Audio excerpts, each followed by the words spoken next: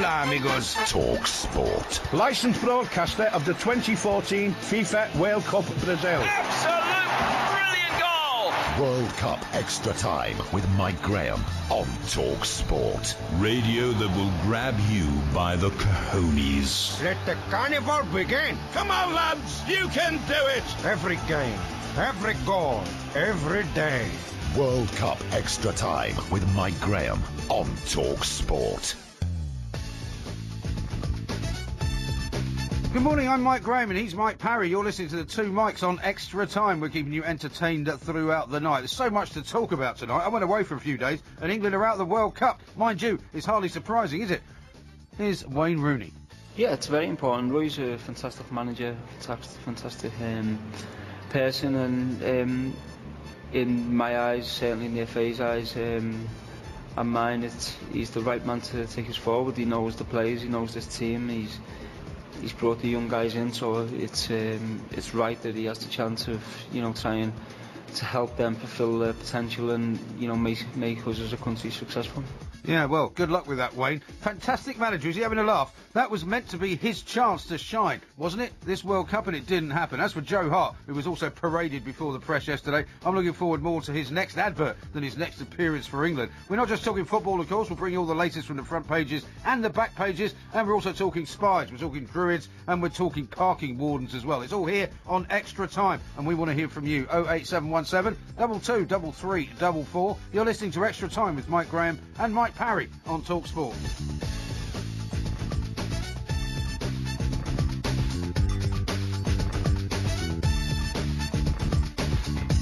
This is Talk Sport Extra Time, and I'm delighted to say that I am here, back for the first time since my sojourn to the United States of America, where World Cup fever really has gripped them, by the way, to be greeted with the very, very happy-looking face of Mike. What are you doing? Mike Parry's here. Your phone's on. I don't know how to use it, and it just made a noise. It's okay. Don't know how to use your phone. Taken out. Have you got a new phone since I saw you last? No, but what happens is I'm supposed to get my emails on this phone. Yeah. I've been getting them till now, good. and then I've pressed some Congratulations. buttons. No, I've pressed some button today. Yeah. And my emails have all been wiped out. Have they? So the running order that we had for this show, which you and I composed earlier, has now disappeared. Has now been ripped up. I'm working in a fog. Well, don't worry. Well, we're used to you working in a fog. I mean, listening to some of that cobblers you were coming out with talking to Mark Sagers over in Rio de Janeiro about England's expectancy. I mean, what on earth was that all about? Well, I think it's a condition of the human spirit, expectancy, and I think that it's, I think doctors are way behind in their understanding of the way that the human brain works, and the way the human brain works is we want to feel good, okay? We like feeling good, don't we? We do. That's why people go around snorting cocaine up their nose and drinking vast quantities of alcohol. I'll take your word for it. Sorry? I'll take your word for it. Yeah, that's right, yeah. And smoking marijuana and all this kind of stuff. It's because there are other things that make you feel good, by the way, not just drugs and alcohol. Well, you can feel good just because you're on a high, because something nice is happening to you. Or because you're in love, or because, I know you wouldn't expect to know anything about that. Yeah, no, of course I do. Of course all that can happen, and you get joy and pleasure out of, seeing your children grow up and all that kind of stuff.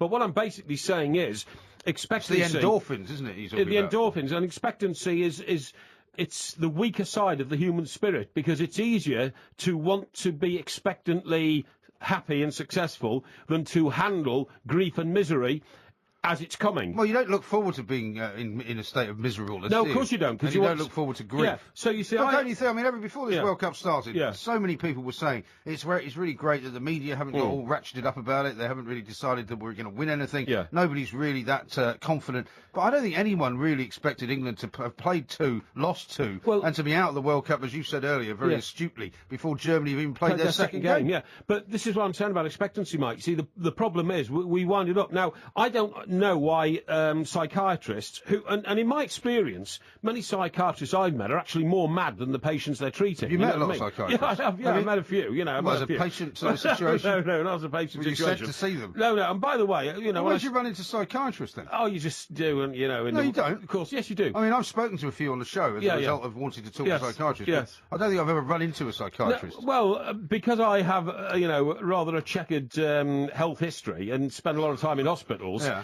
you do find psychiatrists all over the place trying to help people. So they come and sort of start talking to you? Yeah, they come and try and make you accept, that your life will never be the same again and all that kind of stuff, Now, when I say more mad than the people are treating, I'm not being rude to the people who are mentally challenged. No, well, no. Not to them, but you're being rather rude to the profession of psychiatry. Well, how do you define a psychiatrist? A psychiatrist is a bloke who apparently sits there, and you tell him all his troubles. Somebody who's got a degree in psychiatry and he's got a licence to practice. But isn't it a fluffy, wishy-washy profession? Not at all. No, it's actually psychiatry. Of course it is. Psychology, on one hand, is something that a lot of people claim to be psychologists, and the qualification is not quite as big for that as it is to be a psychiatrist. But to be a psychiatrist is actually to be a specialised doctor. You're already a doctor, so you qualified as a doctor, and now you've decided that your speciality... But psychiatrists guess at conditions. They have to. No, they have to. They've got no physical evidence at all. They don't know what goes on in the human brain because nobody else does. So what they're doing is they're basically making assumptions and guessing, aren't they? Well, as the science gets better, obviously they learn a little bit more, and they can only guess at certain aspects of the way that you're performing. But, I mean, if, for example, you've had some kind of an injury or, they know how parts of the brain work. Anyway, the point I'm making is I am just astonished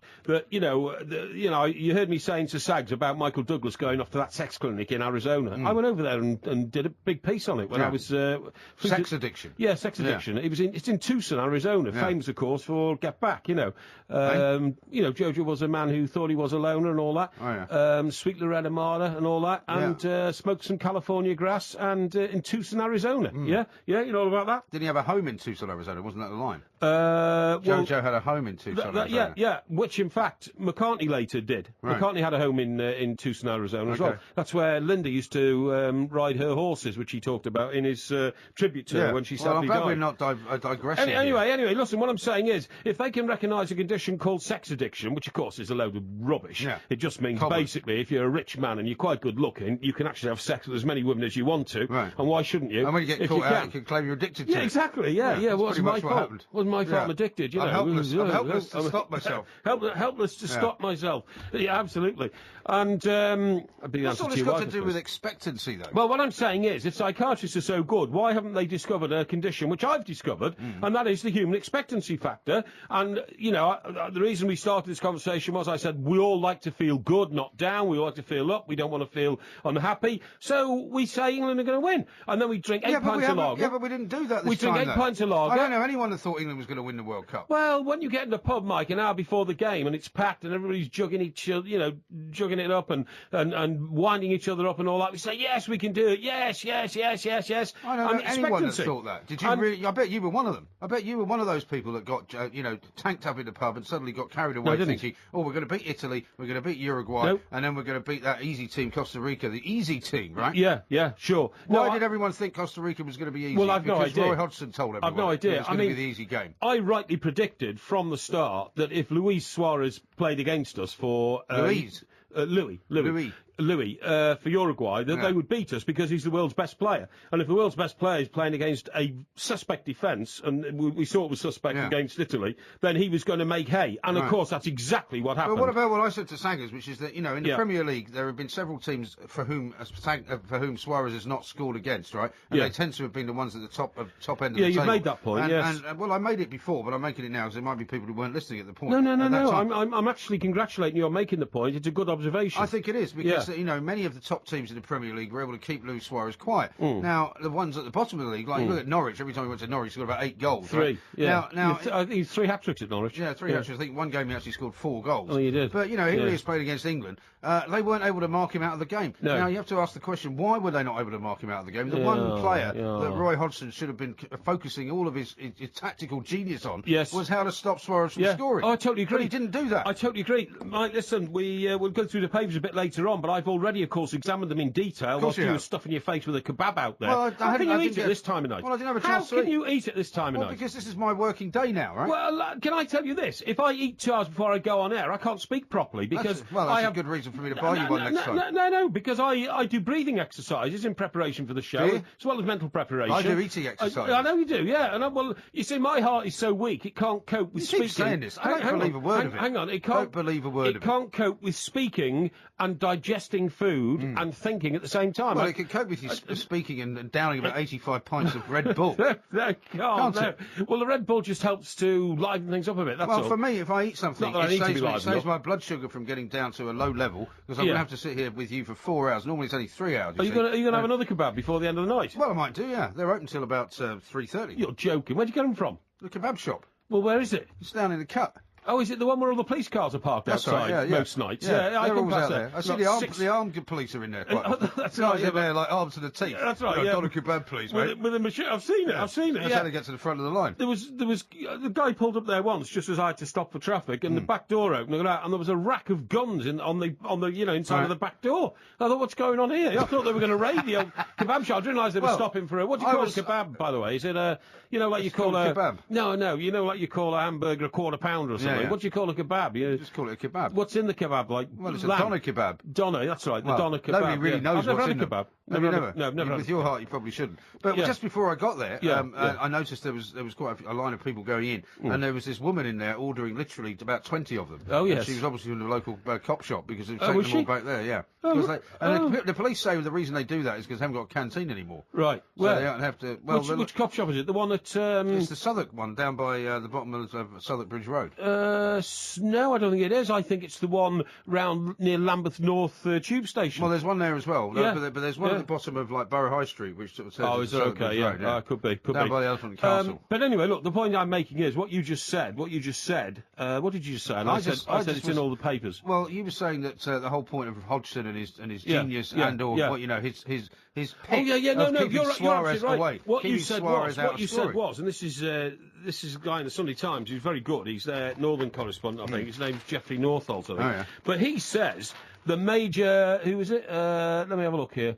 This is. Hang on. Would you like a couple of minutes to get it prepared? No, we can take a little break and then come back with it. No. This his name should be here somewhere. He hasn't got his name Why on don't it. you just spend a minute looking for it? Here's Mike Parry. I'm Mike Graham. Shut up for a second.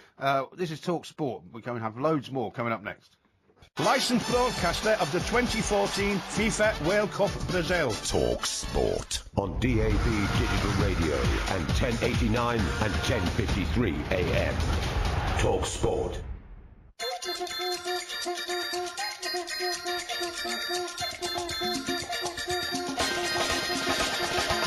People are entitled to their opinions, and the bottom line is we've lost 2 games and we're out before we've not even qualified from the group. But I think we've got to be brave and we've got to be strong, mentally strong as a group. But we are going in the right direction.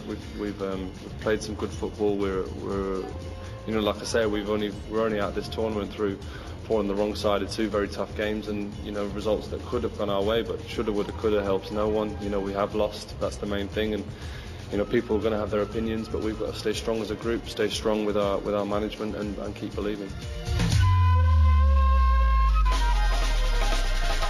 I don't know what Joe Hart means there. What has he got to keep believing in? They're out of the World Cup. There's nothing to believe in anymore. I mean, the point is there's no competition now for another couple of years. You can talk about, the Euros in France in a couple of years' time. So what? They're out of a competition that we've talked about for 4 years, and we've done worse in it than we've done since 1958. It's astonishing. What is wrong with these people? After the competition, before Germany played their second game. Yeah. And we're lucky, Mike, over here, we've got all tomorrow morning's back pages and the in-depth analysis that the Sunday papers will do, obviously, on such a fiasco and a debacle, and they're all identifying a key factor, and the key factor is that England, and that is Mr. Hodgson, the England manager, simply didn't get a grip on the major threat to the England team in the case of Uruguay and Italy, and that was Suarez in Uruguay's case. Pirlo in Italy's case, didn't take them out of the game. And yet you said to me, after watching the Costa Rica-Italy game, Costa Rica took Pirlo out and came away with a 1-0 victory. Well, they certainly minimised an awful lot of what he was able to do. Yeah. But I'll tell you what, Roy Hodgson's going to have a press conference coming up later on today. Tomorrow, if you're in Brazil, of course. If you are in Brazil and you're an England fan and you listen to Talk Sport, you know what to do. You call us 08717 22 3344. But our man, who is in Rio, is Ian Danter, of course. He's been with the England squad ever since before the World Cup started. He's going to be with the England squad now that the World Cup is over. Ian, a very good morning to you. Welcome. The England Insider on TalkSport with Vauxhall, the England team sponsor. Kick off summer and win a Vauxhall Cascada. Enter at vauxhallfootball.co.uk. Blimey, I didn't think that was going to happen. Ian, How are you? No, nor did I, but there we go. It's happened anyway. How are you, gents? Yeah, very well very indeed. good. Very disappointing tournament for England. And as we were just saying there, the papers are now kind of obviously dissecting it. The Sunday papers haven't had a chance to do it yet. Yeah. It's true that they didn't manage to get a hold of Pirlo and/or Suarez, isn't it? And Roy Hodgson is going to be facing the media later on today, our time, tomorrow for you. What's he going to be saying? Well, he'll presumably be continuing the deconstruction of what's been done today with Hart and Rooney, but I would pick up your point about saying there's nothing left to believe in anymore. Well, of course there's something left to believe in. That's foolish, because we've got a game in, 2 months' time against Switzerland at the start of the European Championship qualification campaign. And if we're just going to, surrender arms and just revert to type, then we could easily go to Switzerland and get turned over. It's important that these players who are going to go forward and be part of the next squad that Roy Hodgson assembles to go forward into this campaign, take on board what's happened out here, still believe in their own ability as players and believe that they can knit together and can show the form that they did show in patches against Italy and Manaus. All right, they didn't show it against Uruguay particularly, but we have to believe that these players, the young players, can knit together further, learn from the experience and move on. Yeah, but Dan, I think what we're talking about here, mate, is that as a collective, that's what we're talking about, this present squad will never come together again. So, there is a pointlessness about them having an ambition to focus on anything, really, because it's going to be absolutely pulled apart. So they have no ambition at all, then? So they give up on all ambition? Is that what you're saying? No, what I'm saying is they won't be in a position to have any ambition as a collective anymore, because this squad will now be torn apart. It's got to be torn apart, because it's not good enough. It's not good enough. That's a fatuous argument, Mike. They know that it's being changed. They know that Gerrard's retiring. They know that Lampard's retiring. They're not referring to those guys that they know whose international careers are coming to an end. They're talking about the young players who are getting to know each other at international level, have failed at this tournament, and are going to move forward. It's nothing to do with those people who are retiring. Could they be talking about who's going to be in charge of those young group of players then when we get to the Switzerland game? They're all full square behind Roy Hodgson, and so they should be. But isn't that part of the problem, Ian? Because, we have Wayne Rooney yesterday saying that Roy Hodgson is a fantastic manager. Now, he may be many things, but fantastic is not a word you would use to describe Roy Hodgson in any area, is it? Hang on, what words were you using to describe him after the Italy defeat? Were you slamming him then? I don't think many people were slamming Roy Hodgson after the Italy defeat. Well, I think we were. No, these are 2 games of international football that people are using and making a complete alpha male, testosterone-fueled knee-jerk reaction. But hang on, they're 2 very important games, Dan. They're so important that we lost them and we're out of the World Cup. If you want to take 2 games in isolation, that's entirely up to you, Mike. I'd rather not, They're not in isolation. They're 2 consecutive games. Well, you're taking them in isolation. Hey, Dan, calm down, mate. Calm down, mate. Have you been on the old Coperinos over there, mate? I've never heard you so worked up. I've never heard you so worked up. Are you sure you haven't taken the job of the FA while you're out there? I've never heard so much flannel coming out of people's mouths as they're coming out of yours. No, Dan, I'm not just trying to correct you, because it's not about we're out of the World, we're out of the World Cup, Ian. We're out of the World Cup. We're out of the World Cup, Ian. We're out of it. Thanks for reminding me. We're out. I'm aware of that. We conceded 4 goals in the qualification campaign, and nobody had any complaints, particularly about the squad that was selected by Roy Hodgson, apart from Ashley Cole at left back. Yeah, which was vital. That people had. But yeah, it's easy to have hindsight. Hang on. He's supposed to have foresight. Well, let me just say something. Lots of people said, Ian. Hang on. Lots of people said that he should play the youngsters. Lots of people said that Ross Barkley should get a game. A lot of professional footballers said that. A lot of people said that the Ox should get a game, obviously, when he was fit, if he was fit. Lots of people said that the young players should get a chance. And the young players didn't really get a chance, and so therefore, he made a mistake, didn't he?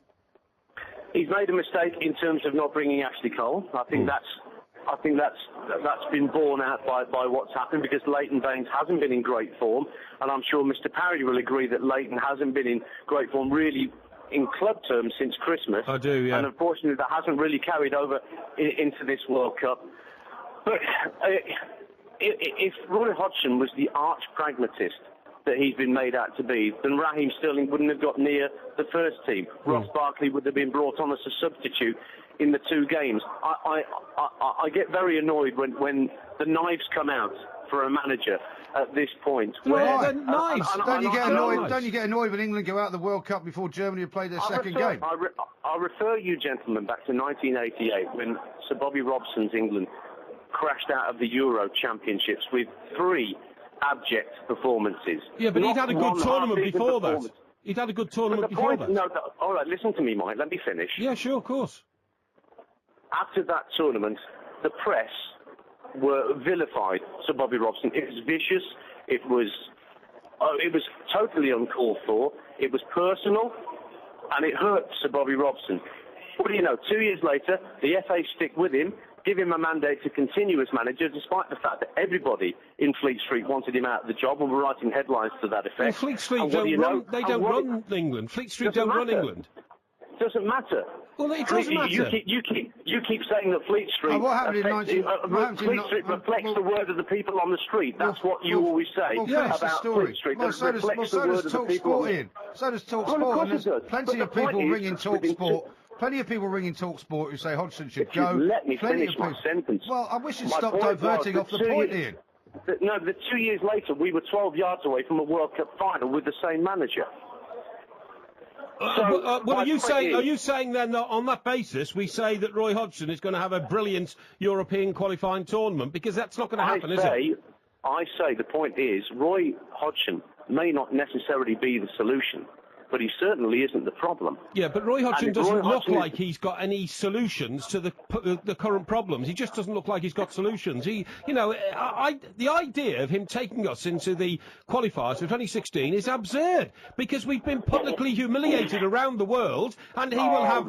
Listen, Ian, he will have no respect whatsoever given to him by the opponents we're facing to try and get to the Euro finals in France. None whatsoever. They'll all think this is the guy... This is tripe. No, this is the guy who took an England team to a World Cup and brought them back after 2 games with the worst record that England have had to perform in a competition since 1958. So, you can't have it all ways, mate. Look, I appreciate your loyalty to England because you're working in the loyalty camp. It's not blind loyalty to England. Let's have this right. And I'm not going to have words put in my mouth as you've just done. I didn't. I said I appreciate your loyalty to England. I'm putting I don't know why you get so worked up, Ian. Why you get so worked up? Because I'm hearing a lot of flannel. We've lost. No, you're the one that's talking flannel, and you're the one that's talking flannel. You're the one who refuses to accept that England are crap, that Roy Hodgson is useless, and that the record in this World Cup is absolutely shameful. I'm not saying that you said that. I'm saying you're the one that fails to recognise that. No, I say England aren't as good as we like to think they are. We've known that for quite some time. But to throw the baby out with the bathwater and give Roy Hodgson his marching orders achieves nothing. I don't think either one of us have said that he should be given his marching orders. I believe he should be replaced for the start of the European qualifiers. I've seen Mike's tweets. I know he should be. Yeah. I know that's what Mike thinks, and I disagree with him entirely. I do. I think he should be replaced. And Ian, when I say I appreciate your loyalty to England, I'm not accusing you of anything. I'm a very loyal England fan. You won't find anybody who's been more supportive of the FA or England over the last 20 years than me. They have a very hard job to do, the FA. They do it brilliantly well under duress and under the spotlight and pressure from the public. But I'm afraid on this occasion, the man that was chosen to be the England manager was not up to the job, and I believe he should be replaced. With who?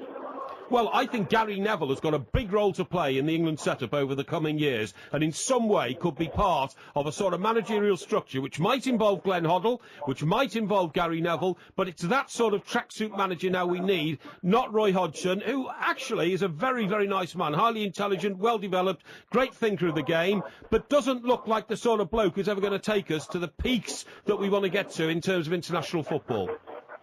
Well, I think he's dispelled one or two myths about his own managerial style in this tournament. His relationship with Gary Neville, the man you've just mentioned, is going to be quite important going forward because he's not going anywhere.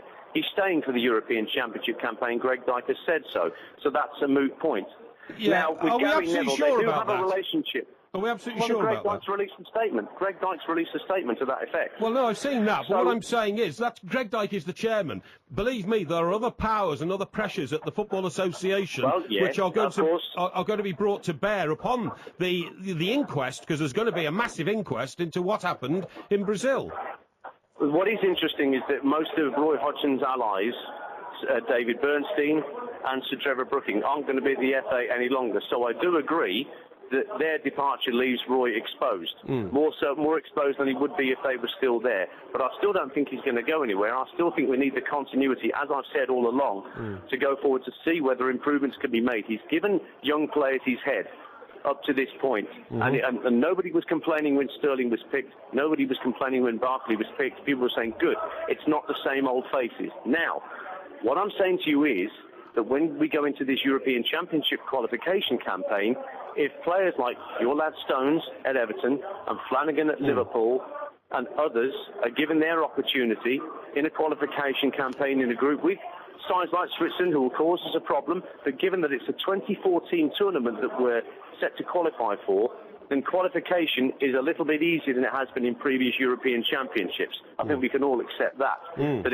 the actual route to qualification is, it's not as tight. Well, there's more places up for grabs. We'd hope so, Dance, you've gone native, mate. You've absolutely gone native. I can't believe it. I can't believe I'm listening to a TalkSport commentator. Journalist. Dance is perfectly entitled to his opinion. He's gone completely native. Well, Look at this. Stephen has sent this in on social media, right? It looks like Dance has got too cosy with the team England on his travels. He's now ploying the party line.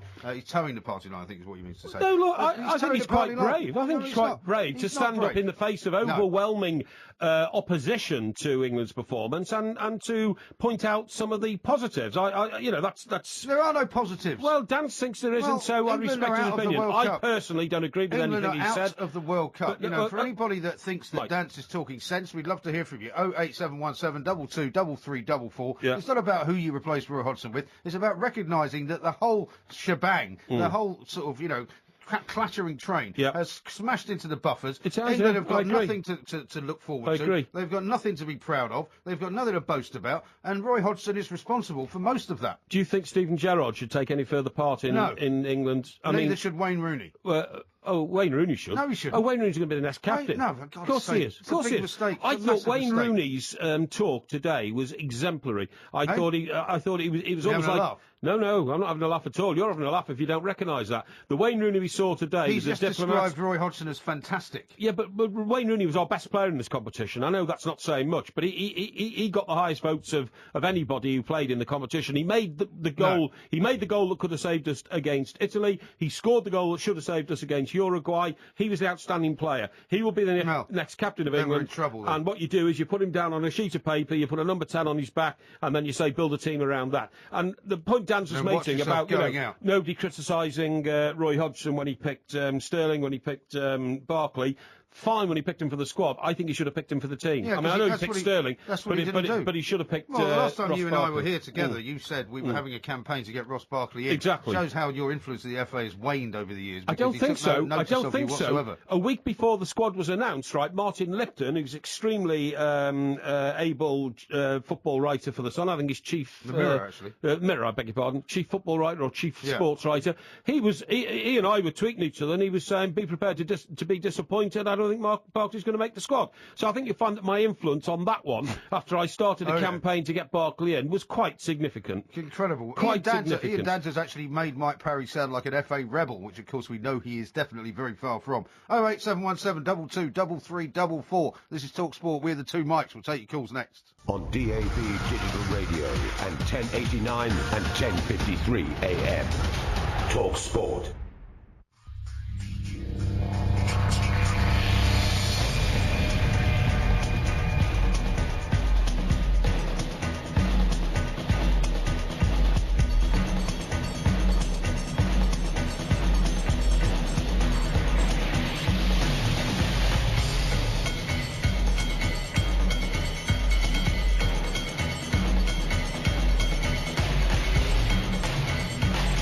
TalkSport Extra Time. I'm Mike Graham and Mike Parry is here with me. We are the two mics together, here with you until 6 o'clock in the morning. Quite a lot of people getting very worked up about what Ian rough on Dance there. What do you mean rough on him? Well, I mean, the boy was only saying that, he's a loyal native. He's a loyal England follower as well as a TalkSport presenter and the reporter in the England camp. So a little bit harsh. He's gone native. Look, don't come all cosy on Ian Danter. No. You're giving him a hard time as well. Well, you've worked for the FA, right? Yeah. When you were working for the the FA, Yeah. you would have sounded just like he sounded, but he's not working for the FA. He's a guy who's telling us that basically Roy Hodgson is the man to take England into Euro 2016. He's the man that says Wayne Rooney's going to be a great player for England. We've heard all this before. You're saying he's got Sweden syndrome? Yeah, Stockholm syndrome. Stockholm syndrome. Yeah. Sorry, not Sweden. Yeah. You might have Sweden syndrome as well. I'm not quite sure what that is. Bottom line is that England are no good, and they've got a manager who is not making it work. And in the end, if somebody doesn't do something drastic, we're just going to get more of the same. I mean, how much of this cobblers did we hear before we went out to Brazil? Well, Wayne Rooney, this is going to be my moment. I realise I haven't done that well in previous World Cups. This is my chance to make my mark. But he was the best player we had. Well, so what? He scored 1 goal. Oh, I don't care. I mean, we've lost 2 games. We're out. Okay, that's all you need to know. He did better than anybody else, believe me. Stephen Gerrard's only half as good as him, and Stephen Gerrard was supposed to be our leader. So I can see Rooney leading the team in years to come. Well, I hope not, because if that's the case, he's going to be leading us down the wrong path. No, I don't think so. Let's take some calls and talk to Paul, who's an Arsenal fan in South London. Hello, Paul. Hello there. Hello, morning. the two mics. Yeah, hello, good morning. Morning. I've got to admit, I've not really supported England like I have Arsenal since Hoddle was the manager, and that was when he took the captaincy off Tony Adams. But I do watch it, and I was expecting that there would be this wave of the enthusiasm, and we'd get through, and that mood of the nation and all that. Now, what I think is that what Wayne Rooney has done today is basically made a rod for his own back. He's basically covering his own bum and his own arse, and he's trying to keep his job.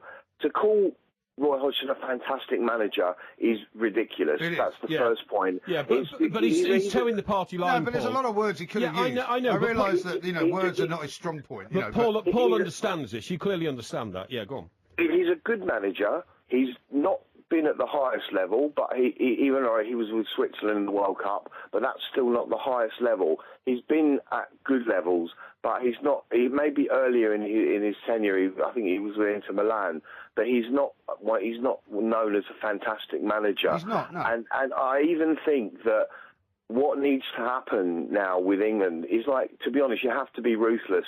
And for example, like Steven Gerrard, great player that he has been in his career, one of those people that's got a trademark manner about them, the way they run, the way they play, the amazing goals he scored. Now, I think after that slip against Chelsea, he was a broken man. Yeah, I agree with you. And I tell you what, he's even more broken now. Yes, and I believe that he'll be able to look back on his career and look at the great moments amongst those disappointments. But the truth is, a proper ruthless manager would have spotted that, and frankly, with what he had to play with there, he'd have put Frank Lampard in instead. He would have, to be honest with you, I wouldn't have played Raheem Sterling, giving them starring roles to start with. It's too much to put people in who've had, unless they're really, really up to it, who've had 1 or 2 caps or something. James Milner is experienced for England, working with what they had there in the squad. And I think they should have taken out more experience. They should have actually eaten crow, put John Terry for all his faults back in instead of JVL. Yeah, but that was never going to happen, Paul. The problem is that, he took a lot of youngsters out with him, but as Mike Parry quite rightly said, he didn't start very many of them. Yes, Sterling got a couple of games, but, where was Barkley at the beginning? Where was... Well, I don't even think, even Ross Barkley, interesting character that he is, an adventurous player that he is, I'm not sure that somebody with 1 cap should be thrown in. But surely the only time that England looked in any way interesting was when Lallana and Barkley came on against Uruguay. Suddenly the game changed. He started with 4 caps. But Paul, you're absolutely right. Technically, on the football side, those who know better than me tell me that they couldn't start Barkley alongside Gerrard because they needed defensive qualities to defend the back 4. Okay. Well, Steven Gerrard did not show the defensive quality that was needed. In fact, it was quite the opposite. He imperiled the back 4 and unfortunately exposed them. That's unfortunate. What's happened with Gerrard? Like I said, I actually feel sad for him because I like Gerrard. I think Gerrard's had a great career, you look back on his career. He's had some amazing moments. He's totally been talismanic and inspirational for both England and for Liverpool. But what I think needs to happen now, if I look at it objectively, is that I do think they need to review the manager. I think what they need to really do now is scour every single club for every single player possible and really, really and even if it means eating crow and putting John Terry back for a couple of seasons, they have to get the absolute best players in there. And I think they need someone of such calibre, if it exists, that is going to...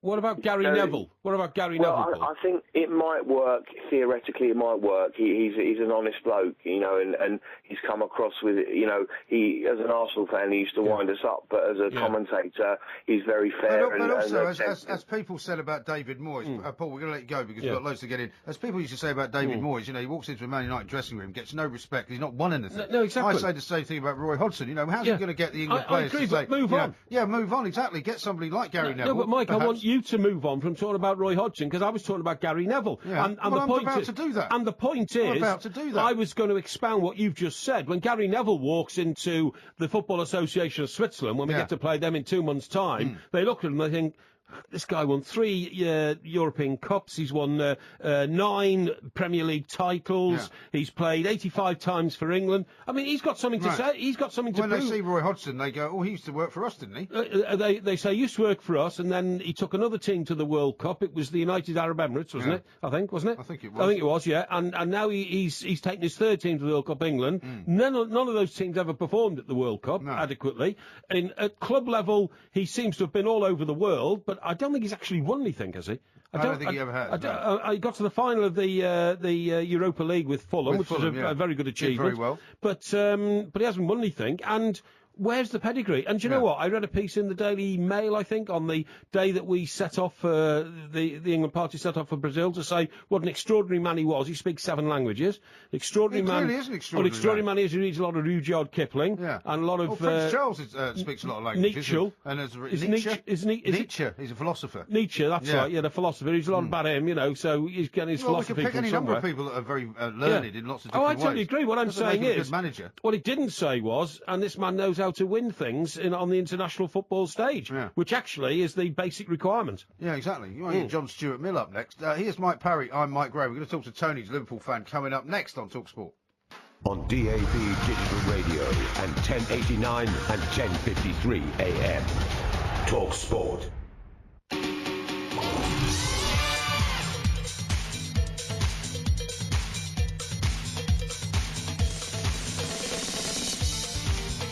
TalkSport Extra Time. I'm Mike Gray. Mike Parry is next to me. We've had a very, shall we say, lively discussion with Ian Dancer, TalkSport's England correspondent over in Brazil, of course. He's in Rio. Roy Hodgson will be having a press conference later on today, Mike, and we'll find out then precisely what Roy Hodgson's excuses are going to be for how the team played. But I suspect it will be the usual mealy-mouthed load of old sort of nonsense that won't reveal really anything about what his plans are for the next tournament that we're going to go into. No, but we already know what the drift is going to be. You saw the interview immediately after the Uruguay game, in which, two crucial... our defence wasn't as good as it should be. Two crucial moments in 2 crucial games, and all of a sudden we're not in the competition anymore. That doesn't actually sound anything like Roy Hodgson, but I see what you're saying. I thought it did. Mickey has texted in, or tweeted, I should say, on social media, so maybe Dan should refund the fans that spent their hard-earned cash travelling to Brazil to watch that dross deluded man. Balder the Brave says, Ian Danter has made my night. What an absolute lunatic. Never bet on England. That's a bit harsh, isn't it? Yeah. And Vinny says, if Ian Danter thinks England are any good, he needs help. And fast. Let's go back to the phone. By the way, I think Dance may have underrated the predicament that Roy Hodgson finds himself in. Because although, obviously, Greg Dyke, remember, is the man who came out and said, well, don't worry, because we're going to win the 2022 World Cup. He's also the guy that, remember when England got drawn in the group that they're in? Drew his finger across his throat. We're not going to get it. So, Greg Dyke can be taken at face value on these one-off statements he makes when you push a camera and a microphone in front of his face. Yeah. But believe me, Mike, there will be an absolutely thorough inquest into what went wrong. Yeah. And there are people at the FA who I know already are of the mind that they cannot go to Switzerland for the opening game of the Euro qualifiers with Roy Hodgson as the boss. Really? They simply do not want it. Fascinating stuff. Let's talk to Tony, who's a Liverpool fan, been waiting patiently. Tony, thanks for waiting. How are you? Yeah, no problem. Love listening to the pair of yous. I think he's a great wind-up, and I love the way you get things across. I just wanted to say something about the Wayne Rooney thing that you come out with earlier, about he's the best player for England. That's what Paul thinks. Yeah, I don't think that. Yeah, I do. I think that's absolutely diabolical. Well, who was that? Who was? What do you mean who was? Anyone but Rooney? No, he must... What, Leighton Baines? Leighton Baines? No, not Leighton Baines. Gerrard? Stephen Gerrard, maybe?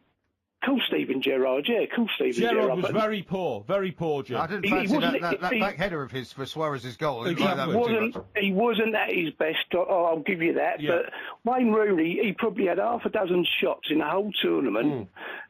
He got one on target. The goal he scored, I could have scored, or my girlfriend could have scored it. The cross that he put in for Sturridge was a basic, simple cross. You know what I mean? It was pinpoint. He got all the applauded. How about the ball that Sterling done to Rooney? I mean, that pass alone was better than what Rooney done. No, it was very good. And by the way, you're right, Jim. The best opportunity. His name's Tony. Tony, sorry, mate. Yeah, that's all right. Sorry, Jim. Yeah, sorry about that, Jim. Tony, you're absolutely right. The opportunity that Rooney had, which would have changed the game and our tournament, was the one he took in the 6-yard box and hit straight at the goalkeeper. I mean. You know, a really alert. I don't think he hit the goalkeeper. I think he missed the target completely, didn't he? No, I'm talking about the one he hit straight at the goalkeeper. The best chance he had, gathered in his chest. The best chance he had was the one he hit straight at the goal. Yeah, and I'm telling you, a really alert striker would have put that beyond the goalkeeper's Suarez reach. would not have missed that. No, he would not have missed it. That's absolutely true. Yeah. Exactly. The one that he missed completely was the one against Italy. That's right. I think that was 12 yards out, and he didn't even hit the target. No, and then he went and took a corner, and he didn't even get it on the pitch.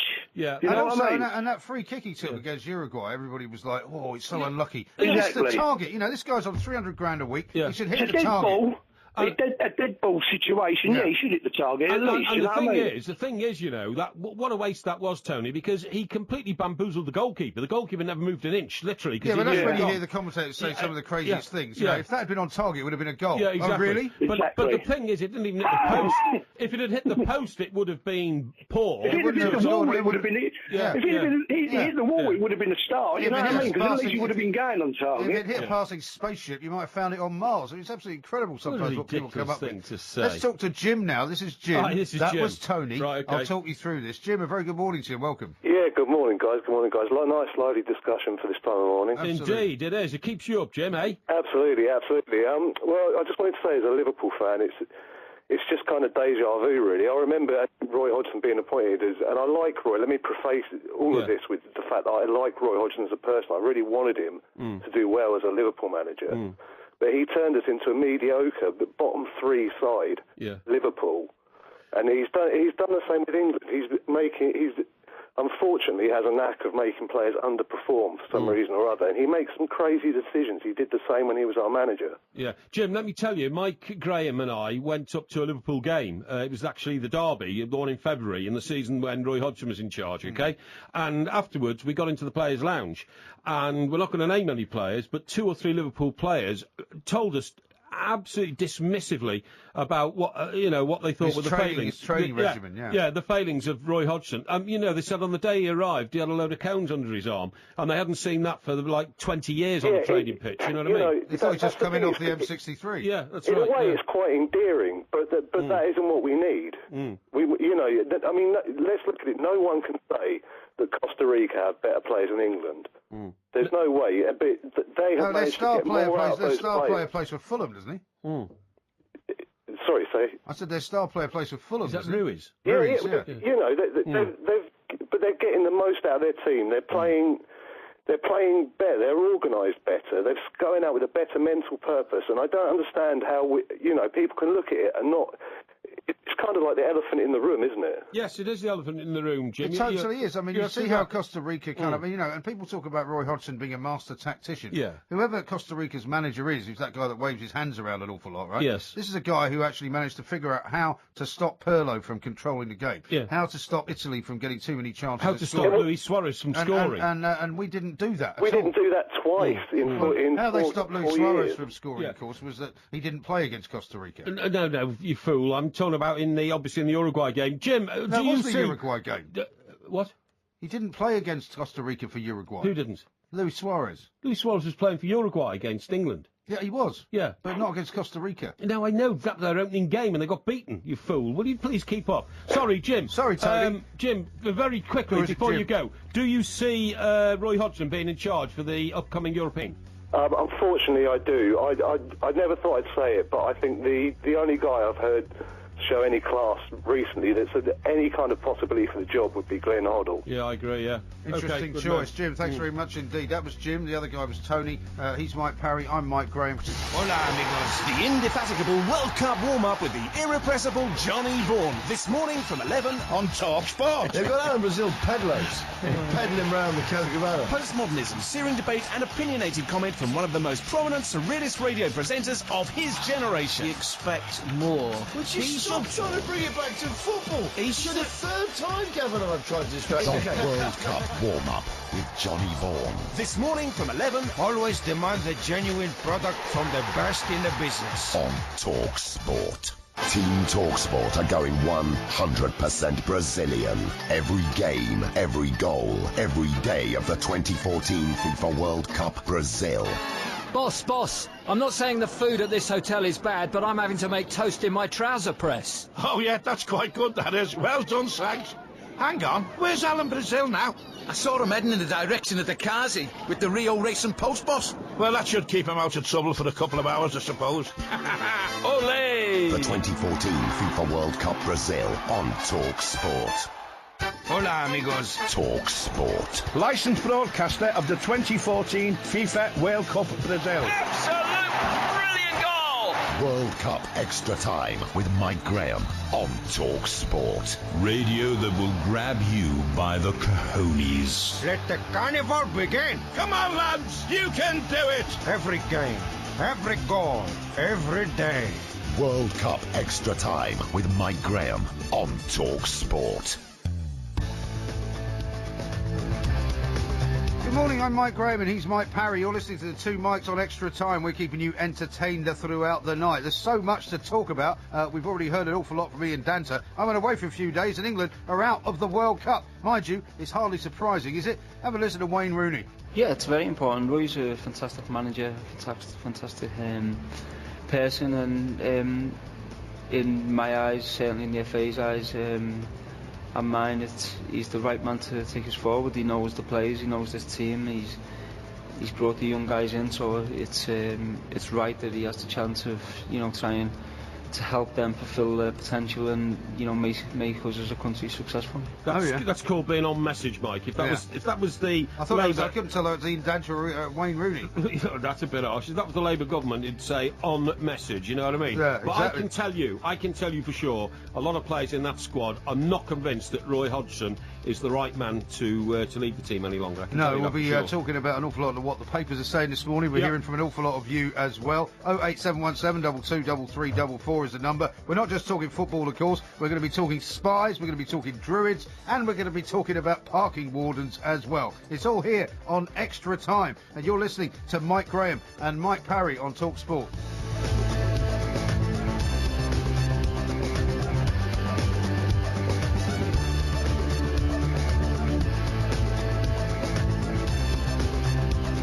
This is Talk Sport Extra Time. You can get in touch, of course, on social media. It's at IROMG, at TS Extra Time, at Mike Parry 8. There's an awful lot of social media traffic going on after our conversation with Mr. Danter a little bit earlier on. People think you were a bit harsh on him, Mike. No, they don't. Yeah. Some people think that I've been a bit harsh on him, but very, very few of them. Most of them believe that Ian Danter has actually gone native, as I suggested, and that he's been hanging around too long with the England camp, and he's starting to now spout the same stuff that Wayne Rooney's coming out with. Remember, old Dan's a top professional there, and he's got to weigh it up from where he is and his point of view. Mike, just before we take some more callers and talk about this, let me tell our listeners what's on the back pages tomorrow, because there's one consistent story. Now, we've already talked about Wayne Rooney, and I said I thought he was exemplary in his press conference. He looked like a leader to me, looked like the captain of England. He was extremely regretful. I thought it was brilliant that he apologised to the fans and said, We're sorry that we didn't do better. He looked very regretful himself. Yeah, but we're sick of hearing we're sorry we didn't do better. But anyway, look, the point is, the way these things work is that was a television interview. Yeah. Now, he then have done a separate one for the Sunday newspapers, yes. OK? And that's why... Him and Joe Hart, presumably. No, I think it's just Rooney. And the point is, if I show you these headlines, now that's a line we haven't seen today, so they obviously kept this for the Sunday papers. We've got to play dirty. It's on the back of the Sun, on the back of the Mirror. It's time to get nasty. Rules rallying call to honest England. And I'll just read I don't think that's true at all. Well, let me just read the first few parts. This is Wayne Rooney talking to the Sunday newspaper boys. Wayne Rooney has urged England to get nasty if they are ever to enjoy success at major tournaments. The Manchester United forward, who is likely to succeed Stephen Gerrard as Three Lions captain, is adamant that England are too honest and must learn more spoiling tactics following their worst World Cup campaign in history. After defeats to the streetwise Italy and Uruguay, Roy Hodgson's men crashed out with a final group game still to play, and Rooney, 28, insists it must be no more. Mr. Nice Guys, he says, sorry, no more Mr. Nice Guys. That's a record. When it goes round the corner like that, you know, onto the next line, you have to continually follow it. Yeah, but they've written it in parenthesis because it's like a song. No more tune. Mr. Nice Guy. Well, it's not a sing tune. By Alice Cooper. Mr. Nice Guy. That wasn't Alice Cooper. That wasn't Alice It Cooper. was Alice Cooper. It was a woman who sang it. No, it was Alice Cooper. Why would a woman sing No More Mr. Nice Guy? I don't know. Anyway, look, and he goes on to say, he said, you look at teams who... Now, hang on. It turns again. It was more problems with Porky. Yeah. You look at teams who have won the tournament over previous years and you can see that the nastiness is in them. I think we need to get that. Maybe we're too honest, I feel, as a team. So I think in terms of Uruguay, the other night, they stopped the game, they committed... I don't know how many fouls, clever fouls, to slow the game down. I think we're a bit too honest in terms of the way we play. But hang on, everybody knew that Uruguay were going to do that. Gus Poyet, before the World Cup even started, issued that clarion call and said to England, if you want to win against Uruguay, you're going to have to play dirty. He said it that night. The same thing. He was in the studio that night. He said it a month before that. I know, but that night he was in the studio and he was sandwiched between two other pundits, if you remember. I think one was Clarence Seedorf, and the other one was Thierry Henry, was it? Could have been. And he said, you know, the way Uruguay are playing are exactly the way I expected them to play, and of course they'll slow the game down and get the game down to their pace, and they will take advantage of going down. Of course they were lucky that they didn't get their captain red carded and all of that. Yeah, but they were very lucky early on. But none of this came as any great surprise to anybody watching it. Why did it come as any great surprise to Wayne Rooney and or Roy Hodgson? We want to hear from you. 08717 22 33 44. Let's talk to Paul, who's up in Leicester. Hello, Paul. Very good morning. Hello, morning, both of you. Yeah, hiya, Paul. Pleasure to speak to you. Looking forward to seeing Everton first game of the season anyway, Mike. We're coming up there, Yeah, the England thing, I've just, in what you say, agree with, I think Dance's lost it a bit. I think he was a bit upset before he come on the phone. And I think that's the same analogy. He's normally, Paul normally Dance is a very mild-mannered guy. I don't know why he got so worked up. And that talks what he sounded a bit like the other station. I think they do get, I think they do get a bit close to me, you know. Like Jeff Shreves was saying how well Danny Welbeck had done the last two games, and I almost dropped my cup of tea listening to him say that. I know you mean. But another thing, going back to it, we've still not learned the lesson from the contract, 4-year contracts. We had it with Ericsson, we had it with Capello, massive ones where they didn't want to let them go. Now, the average lifespan of a championship manager and stuff is perhaps 10, 11 months, whatever. And these guys have got to view the players they've got, get other ones in and stuff like that. The whole country could write down 20, 25 players that England want, and with 90% of us put the similar. Right. Now, look at what Man United did all the way through the season with David Moyes. They said, we've given him he was saying himself, I've got this 6-year contract, it's a long project, it's going to be fine, we're going to keep the faith, we're going to give David Moyes a chance. When things got from bad to worse, they said, sorry, we're going to have to let you go now, and that's surely what England should do, isn't it? Exactly. I think he's on $3 million a year, so to get rid of him now would be $6 million. And why are we still doing that? Surely Roy down the most prestigious job in the world, even though we're so a long way down, the England job. And Joe Bedknight could have said, right, Roy, we've going to view it after 2014, 2 years cycle. Do you think if they got on water and said, no, I'm not interested, they just said, that's fantastic. Yeah. And we're still doing that. We're still doing that now where it's been £6 million payoff. Paul, I think there's a fundamental problem with the England job, and that is that an England manager hasn't got enough to do. And if he hasn't got enough to do, and they haven't, they start trying to make up things, if you see what I mean. Do you understand what I'm trying to say? Exactly. You know, I mean, why on earth we put up with TV pictures right the way through a season of the England manager watching this game, England manager watches that game? I mean, what on earth is he watching? If he doesn't know the quality of the players and hasn't had scouts watching them and all that kind of stuff... Because if he didn't watch it, though, people would give him a hard time for not watching it. Just one last point, but one analogy is what we're going to have now is you fall out with an ex and a girlfriend and you both know it's the right thing to do. And that's where you part ways, i.e. England on Wednesday. The parting ways after the game. Well, have you had one of Paul?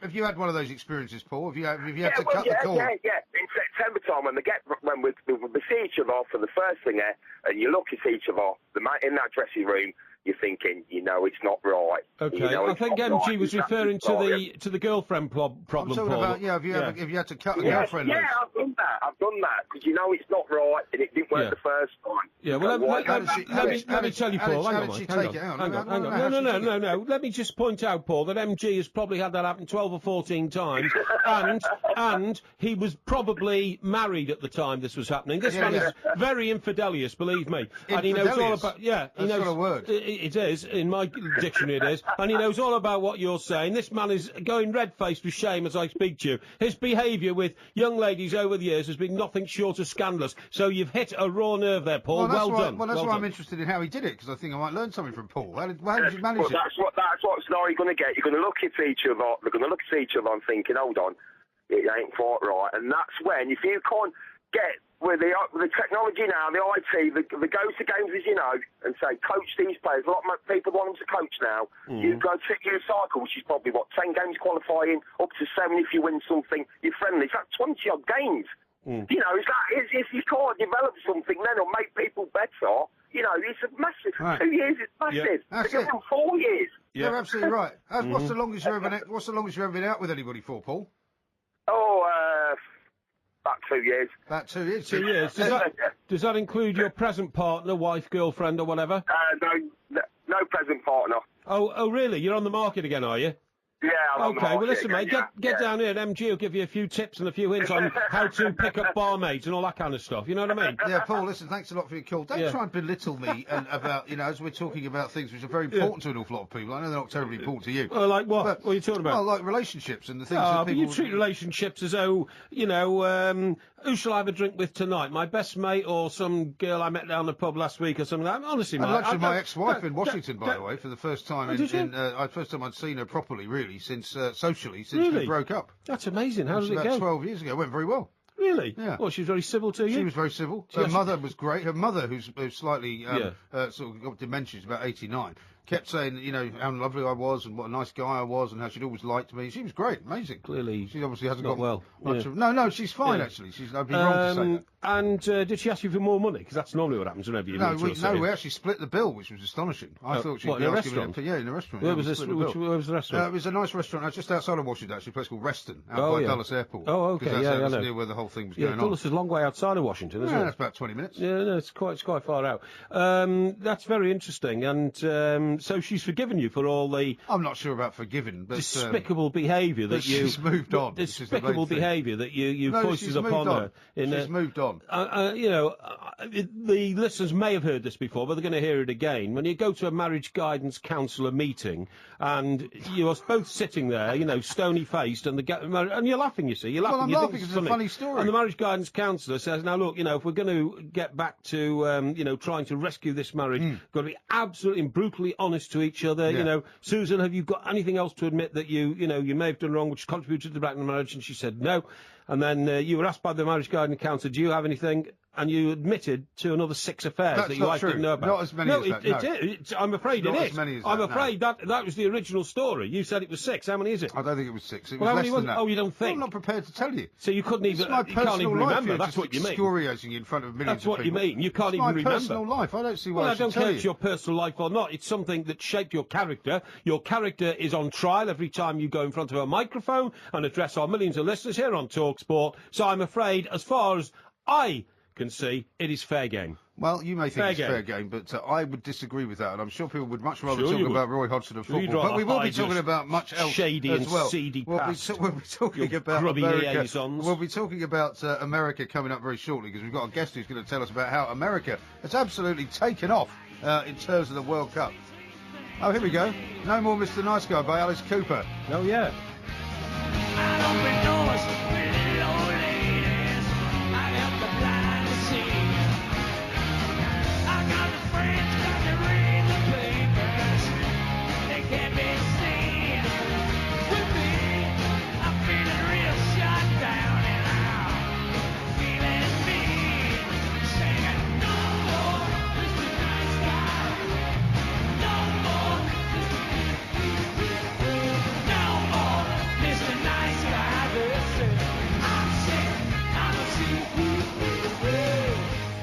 On DAB digital radio and 1089 and 1053 AM. Talk Sport. Outswinger from him, header into the net! They've regained the lead! It's John Brooks, the big substitute defender, who's done it! He falls to the deck, scarcely able to believe what he's achieved! What a moment for Jurgen Klinsmann and for the USA! They are back in front with just 4 minutes left. Ghana 1, USA 2, the most unlikely of goal scorers. His first ever international goal, and it might well have won the game.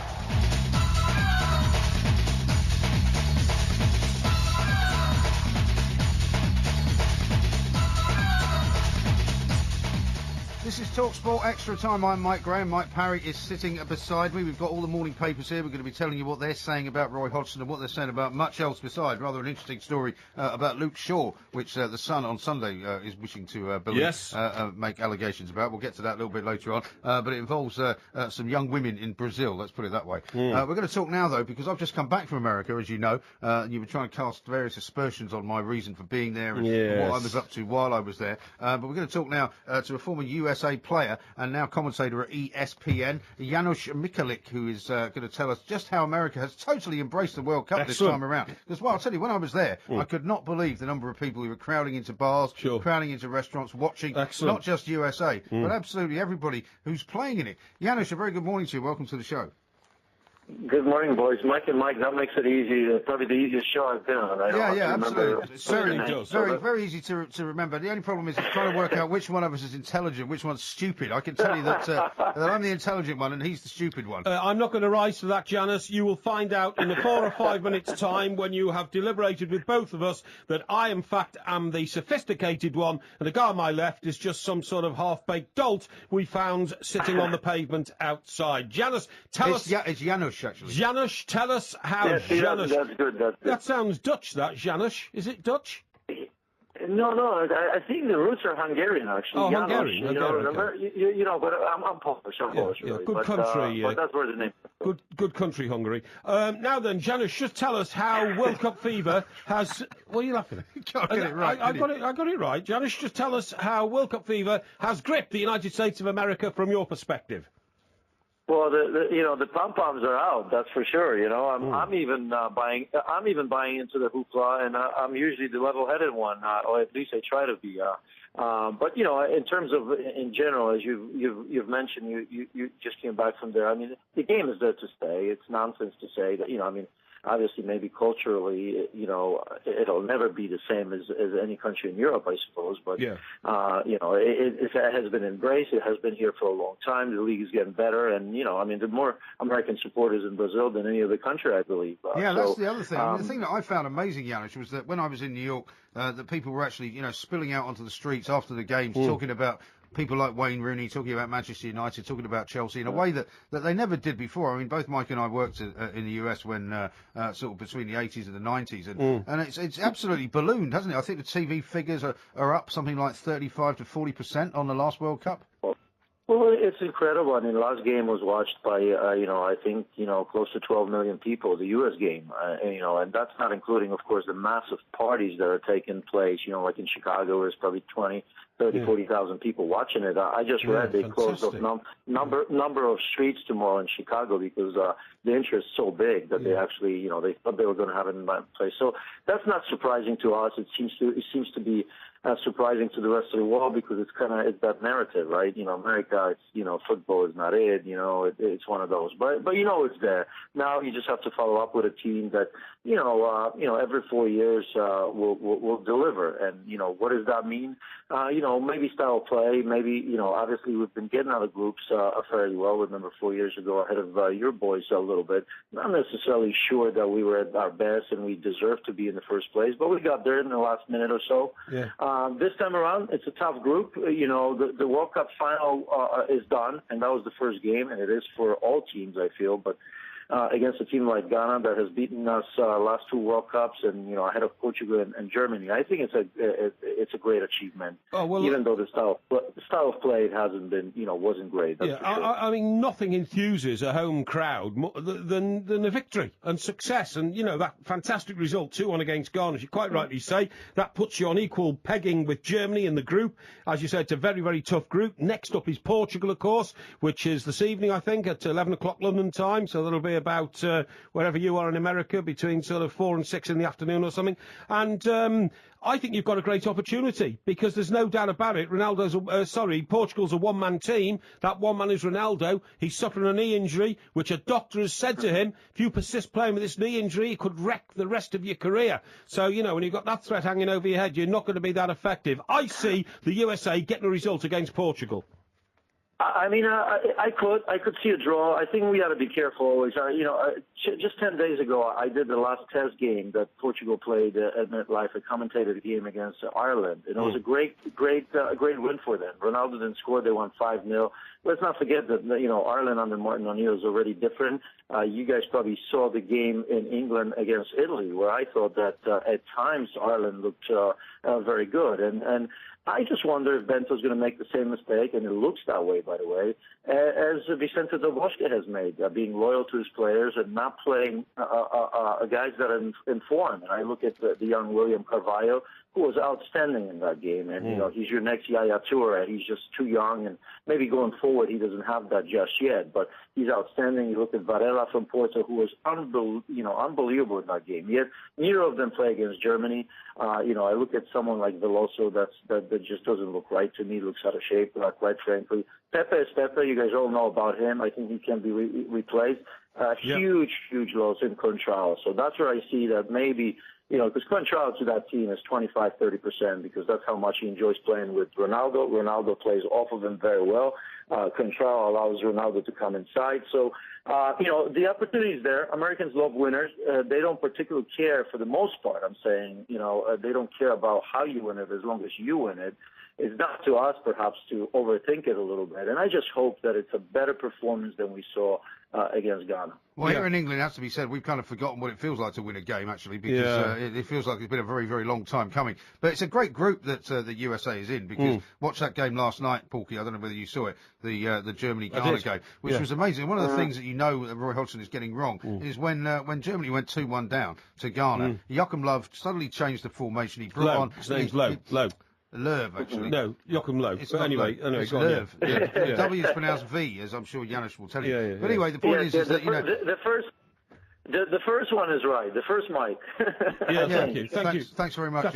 That's me. No, that's not you. That's not you. Anyway, my point is, never mind all of this. We won't have a pronunciation. Maybe we'll have a pronunciation test for you later. No, you won't. See how it should sound. But what he does was he brought on Mertesacker and he brought on the guy who eventually scored the goal as well, didn't he? Whose name suddenly escapes me from now. Of course it does. What is it? Who was it then? Well, you're telling the story, not me. If you can't get it right, I'm not going to bail you out. Who was the guy that scored the equaliser for Germany? The oldest player in the tournament, 36 years old. Closer, yeah. Miroslav Polish Klose. Guy. The Polish guy, the Polish guy, Miroslav Klose. Klose. Yeah. He comes on with Mertesacker. Mertesacker heads the ball to him. He scores the equaliser. I mean, that's what Hodgson didn't do for England. And what are people saying about England in your neck of the woods, Janusz? I covered the Premier League, and look, I think it's full of hope, and there's a lot to be said about just the inclusion of some of the younger players and playing them. I think the difference is in managing the game, isn't it? I mean, this World Cup is a lot different. You've obviously seen the statistics or how many goals have been scored by substitutes coming in the second half. It's amazing. It's something, it's up to probably 15 or 16 goals, 30% of that or something like that. Obviously, tactically, look, Roy is old school. I've had a chance for an opportunity in '94 when I was, part of the team. He was the manager of Switzerland, I believe, at the time. And, obviously a bright man, but I think, all habits die hard, as you all know, and I'm sure you've found that to a pulp already in England about him. And I just think that, at some stage, you got to let them go. And I think that's what's happening, because you see young players that otherwise wouldn't have gotten a chance on all the teams. If you look at teams like Colombia, and many others. And I think, I always thought about England. Look, I respect Rooney. I think he's a very, very good player. He struggled in the World Cups. We all know that. But I knew one thing, that, he deserves the benefit of the doubt. He's gotten that in the first game. In the second game, he was pressing. He's gotten what he came in for. But I've always thought that if he doesn't deliver early, then you got to give Barkley a chance, because, there's always that excuse. That's what coaches have a big problem in taking the old guard, because that creates problems and consequences in camp, doesn't it? I mean, if you take somebody of significant stature out of the team in a month-long tournament, it creates massive problems. And those problems start with press and obviously the atmosphere in the team. But I think this is the time where, someone like Raheem Sterling's just got to go, and you got to let him be. You got to let him play. Play to his strengths. Don't worry about his defensive responsibilities. They're important. First and foremost, when you introduce young players, you've got to give them opportunity to do what they do best and not to hold them back. And I just think that may be an issue.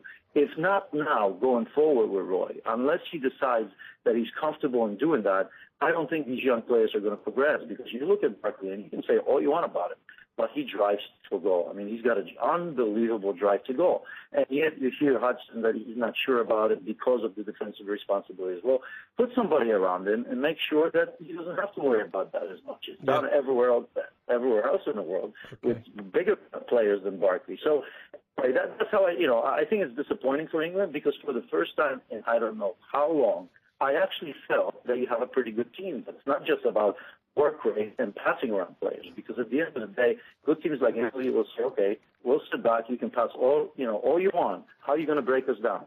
This time around, I felt that England could have done it, and in fact have done it in that game. You just came on the wrong end of the score. They just couldn't do it, could they? Thanks very much indeed, Janusz. Thank you very much. Janusz, thank you very much. Janusz Mikalik there, who's actually an old USA player as well, even though he originates from Hungary. Janusz. Not Janusz. No, it's a great name. It's a great name. Sounds Dutch, though. Sounds like the way Steve McLaren would pronounce it. Janusz. Zanussi, you're thinking of. People that make washing machines. No, how you say it in England, Janusz. Yeah. Yes. Anyway, I've just worked out why you think that No More Mr. Nice Guy was sung by a woman. Because it was sung by Alice Cooper. You actually thought Alice Cooper was a woman. Yes, you did. No, I didn't. You did. No. Admit it. Do you know what? My first romance ever when I was a kid in Chester happened to the strains of School's Out for Summer. Oh, yeah. Yeah, the girl concerned lived opposite the petrol station where I was working as a petrol pump attendant when I was about 14. No joke, And she was impressed seeing me stand on the top of these tankers, dipping the tanks to make sure all the petrol would come out. And a romance... soon blossomed. I romanced her in a front garden. How many oily rags underneath involved? the bushes. Eh? Yeah, absolutely, yeah. And to the strains of School's Out. Yeah, I don't want to hear any more. More of Mike Parry and his romantic liaisons back in the 1950s, coming soon 1950s, on TalkSport. you mad? On DAB Digital Radio and 1089 and 1053 AM. Talk Sport.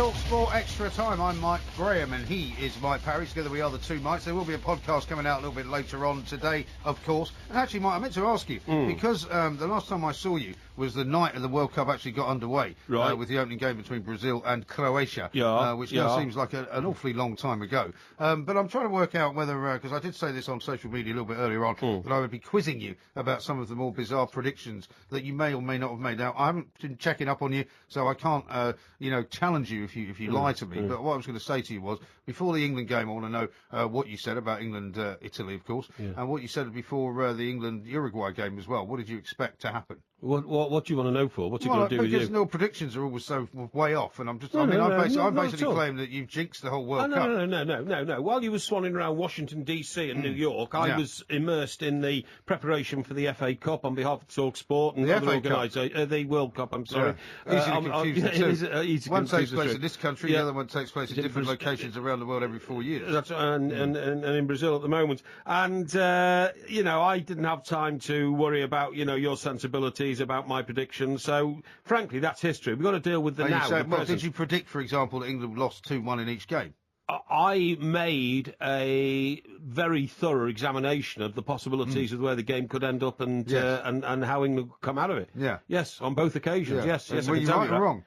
Well, it's not a right or wrong situation. Well, it is, actually. It's not black and white. It's not right or wrong. It is. It's not positive. Because I've got to go back and look inside the TalkSport Predictor game, because actually I'm not sure precisely. I can't remember what I predicted would happen. No, well, you see, that's because basically you don't have any principles, you don't have any beliefs. You just, whatever's going through that, whatever you call it, inside your head, that woolly mess inside your skull. At the moment that you fill in the forms, you just fill them in, and then you don't know what you've done because you don't have any principles. You're just a guest merchant, and guest merchants like you are people without principles. So I'm not bowing. You're just going round and round in a circle I am not bowing to your crazy need to know what my predictions were. My predictions are scientific. They're not just stick a pin against a name on the wall. So that's the conversation. And what have you? And generally speaking, have you been watching every game? Because I need to ask you these questions just because we haven't really had a chance to talk. Yeah. Have you been watching every game? Yeah. I mean, in what sort of situation? Have you been going out to watch them? No. Have you been in a pub?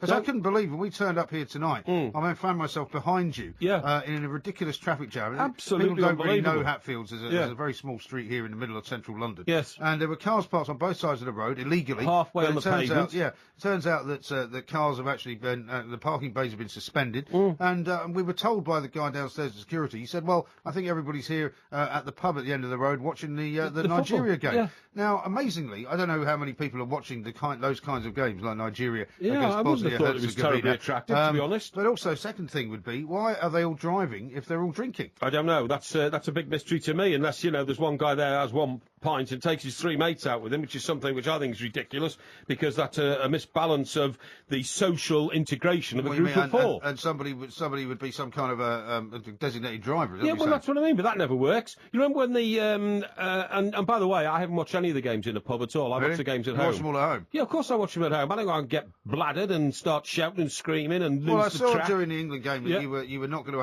have a drink. I did ask you earlier on social media whether you were having drinks breaks, like some of the players are having. No, I had not for water, but for Pinot Grigio. I had my first glass of Pinot Grigio at the moment that Sturridge equalised for England in the Italy game. That was my first glass of the World Cup, okay? Yeah.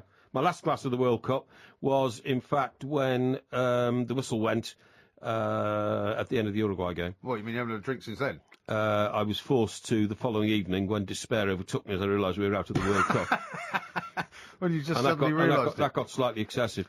No, about this designated driver thing, that's interesting. Yeah. When the breathalyzer was introduced, and I reckon that was in about the mid-60s, was it? I guess, I don't know. I think it was. I wasn't driving a car then. No, I wasn't either. I was a kid. toddler. But my mum, Did your parents have a car in the 60s? Yeah, because my dad was a travelling salesman, so he had a company... Right. There's not that many people had a car. No, they didn't, no. He had a Morris Minor with all that wood on it, and two doors at the back, what I mean? Shooting brake. Shooting brake, Morris Traveller, that's right, yeah. And... But he used to drink and drive. Well, I mean, people did. No, it wasn't a crime in those days. Well, of course it was a crime. It wasn't, because all you had to do to prove to the police that you were sober was walk along a white line if you were stopped, and if you could, then you were designated but sober. most people who actually drove drunk were drunk. Would literally fall out of the car. Well, my father wasn't an inherent drunk. In fact, he only ever drank, really, very occasionally if he met somebody who was a parent of one of his children or something like that, or at Christmas or something like that. But I mean, my Uncle Alec used to come round. He was his only drinking partner. They'd go down to the local pub in Chester, but they'd drive there because it was about a mile or two away, and they'd get steaming drunk and drive home, and nobody thought anything of it. Everybody used to do it. Yeah. When I was working in the States first in the 80s, I went to do my first job in Texas. I flew into Dallas-Fort Worth Airport, and there was a huge local row going on because they were trying to stop drink driving. Right. And I thought, well, that seems fair enough, but it wasn't to do with actually drinking and then driving. It was actually to stop people drinking while they were driving. Yeah, that's right. Because they had this drive-in beer place between Dallas-Fort Worth Airport and the city, and you could basically drive in your pickup truck, load up with about 5 cases of beer, and just start drinking them as you were driving down the road. Well, what they do is, Mike, they head off to the woods, don't they? They do all this in Arkansas and all that. No, these guys were drinking as they were driving down the highway. I know, but they start drinking as they're heading off to the woods. What do they call it when they, they take the pickup trucks full of booze in the back and they take them into the woods? I don't know. It's a bit Sounds like something out of Deliverance. No, Squeal like a pig. No, it is. You mean like that? It is. It's a bit like the car park at Twickenham after an England rugby game. Tailgating. Yeah, exactly. And you drop the tailgate and all the drinks there. Yeah. But the point I was going to make was, my mum said to me, she said, "Oh well, don't worry. When your dad goes out with your Uncle Alec now, one of them will drink and the other one won't. And then the next time they go out, they'll change it round." And so I thought, well, but it never works. No. How can you have a social evening with a bloke? You're in a pub for 3 hours with him, and he's drinking beer, so he's feeling the effects of the intoxication of alcohol. And you're drinking lemonade and not, and you become two separate people. Well, you can't. No. There is no way you can drink and drive. No. I actually think they should change the law so that you can't have anything to drink if you're going to drive, to be honest. But let's have another chat to some callers. Let's do that. Maria is calling in from Portsmouth. Yeah. Maria, very good morning to you. Hello, two Mikes. Hello, Maria. Very nice to hear from you, my dear. That's okay. I've just got a couple of points. The first thing is, regarding Hodgson, I don't think Roy's the man for us, to be honest. Mm-hmm. But I wouldn't have Gary Neville either because of the experience. Mm-hmm. So who would you have then? Well, I think the whole nation has got to get behind regarding whether Greg Dyke says he's got to stay for 2 years, and that is to get Redknapp on board. Well, you think it would now still work? The fact that Harry Redknapp was snubbed in a most public and, in my view, brutal manner, and that's because Mr. Bernstein, who was then the chairman of the FA, saw Roy Hodgson as a mirror image of himself. A gentleman, a scholar, a well-read man, and regarded Harry, in my view, as a bit of a sort of loudmouth yobbo. Yeah, I mean, if you need to have an England manager who's read Nietzsche, I'm not sure they're going for the right candidate. Are you, Maria? Well, I think it was a bad timing regarding Redknapp because he had this court case on him, plus he was poorly, wasn't he? He had no, not really poorly. I mean, the pressure of the he went in and had heart surgery. How poor can he get? Well, I was going to say the pressure of the court case, which had been dragging on for 3 years, certainly weighed down heavily on him. But I mean, it was only a corrective procedure on his heart. I think he's the poor man in the street's favourite, and I think he should have a chance. What about Hoddle? What about Hoddle as a? Yes, but he's been there before, and I don't think he'd take it. Well, I think he would. I mean, in fact, I know he would. To be honest, I think he's desperate to be given the chance again. And you've got to remember, Maria, that Glenn Hoddle lost the job last time, not through any problem about his ability to manage footballers or manage the England football team. It was all about karma, wasn't it? It was all about a ridiculous interview he did with the medium woman. A journalist from the Times who rang him up whilst he was in his kitchen and started talking to him about, and then he said, "Oh, well, reincarnation, all that." For some unknown reason, that all got completely out of control, and he lost his job. But everybody in football that I know says that Hoddle would be even better the second time round and would do a fantastic job. So I've got to bow to their superior knowledge. Right, well, that's that point out of the way. The second point is about our team. Now, I would get the youngsters on board, but I would have stuck to the old guard regarding the defence. Mm-hmm. Have the old men on board regarding the defence. I would have got Lampard in. I wouldn't have played Gerrard because he hasn't been the same since Liverpool lost against Chelsea. I agree. Yeah. It's like it wrecked him, didn't it? Absolutely wrecked him. I would have put Lampard there. As I said, I would have had Cole. I would have had Terry. Probably stick with Glenn Johnson. He didn't have a bad match, the last match he had. Yeah. And, as I said, had the young ones like Sterling and that on board. And then probably a gradually change later for the smaller tournament, which would have been the Euros. Because there's no way Suarez, I know he's only 70% fit, there's no way he would have got that goal.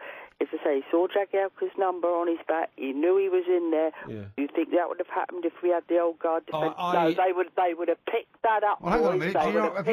Have you forgotten how John Terry let that ball bounce over him in that game Yes, against I Germany? know, but you're talking about one mistake. I'm talking about Jagielka when it matters. I tend to agree with Maria here. It's all about perception. It's all about. I totally agree with you, Maria. It was that positioning was just dreadful for both the goals that were conceded there. Well, I mean, if Stephen Gerrard had been playing for Liverpool, that would have been a great header on to Suarez. But I mean, imagine how that's going to haunt him now, because that's the second time it will that he's. That first one cost Liverpool the title. This one cost England the World Cup. Do you think he'll announce he's quitting stages when he gets back? I think he quit England, yeah, absolutely. Yeah, I think he will. I think he will. We've got loads more of your calls to take. 08717 223344. David from Clerkenwell has texted in, which I have to read this one out. He says, I know Porky has had his problems in attracting female company, but getting them overcome by petrol fumes before starting a relationship is scraping the barrel.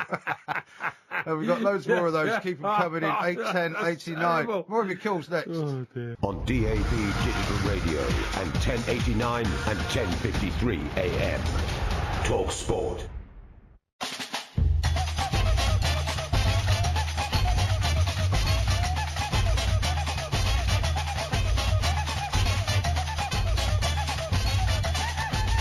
Talk Sport Extra Time. We are the two Mikes. He's Mike Parry, I am Mike Graham. Quite a few people have got a lot to say about some of your comments, Mr. Parry, I'm afraid. Here's one from Captain Jam Tarts. You know the Jam Tarts are, of course, don't you?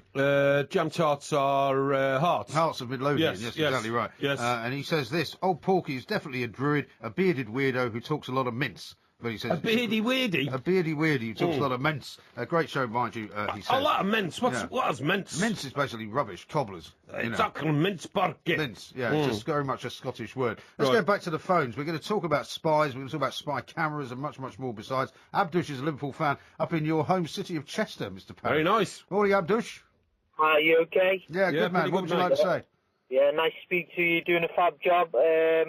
I've called him once before, a couple of months ago, regarding, just complimenting Luis Suarez. Yeah. Well, this time I just want to say about Roy Hodgson that I just find him a bit boring, to be honest.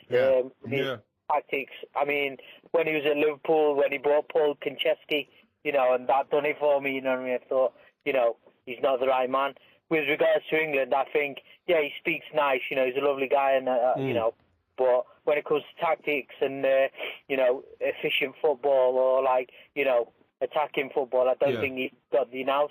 He's got a good young squad of players there, and I think, by the media pressure, he's just gone and thrown all the youngsters in, like Raheem Sterling and, say Jordan Henson, whereas he didn't really think it through, not knowing his best team, going into the tournament. I don't think he still knows his best team. No, he doesn't. Abdush, he should have taken Ashley Cole. We all know that. And I tell you what, Ashley Cole, definitely. And they should have licked, John Terry and said, look, you have to get along. I think we would have got better results.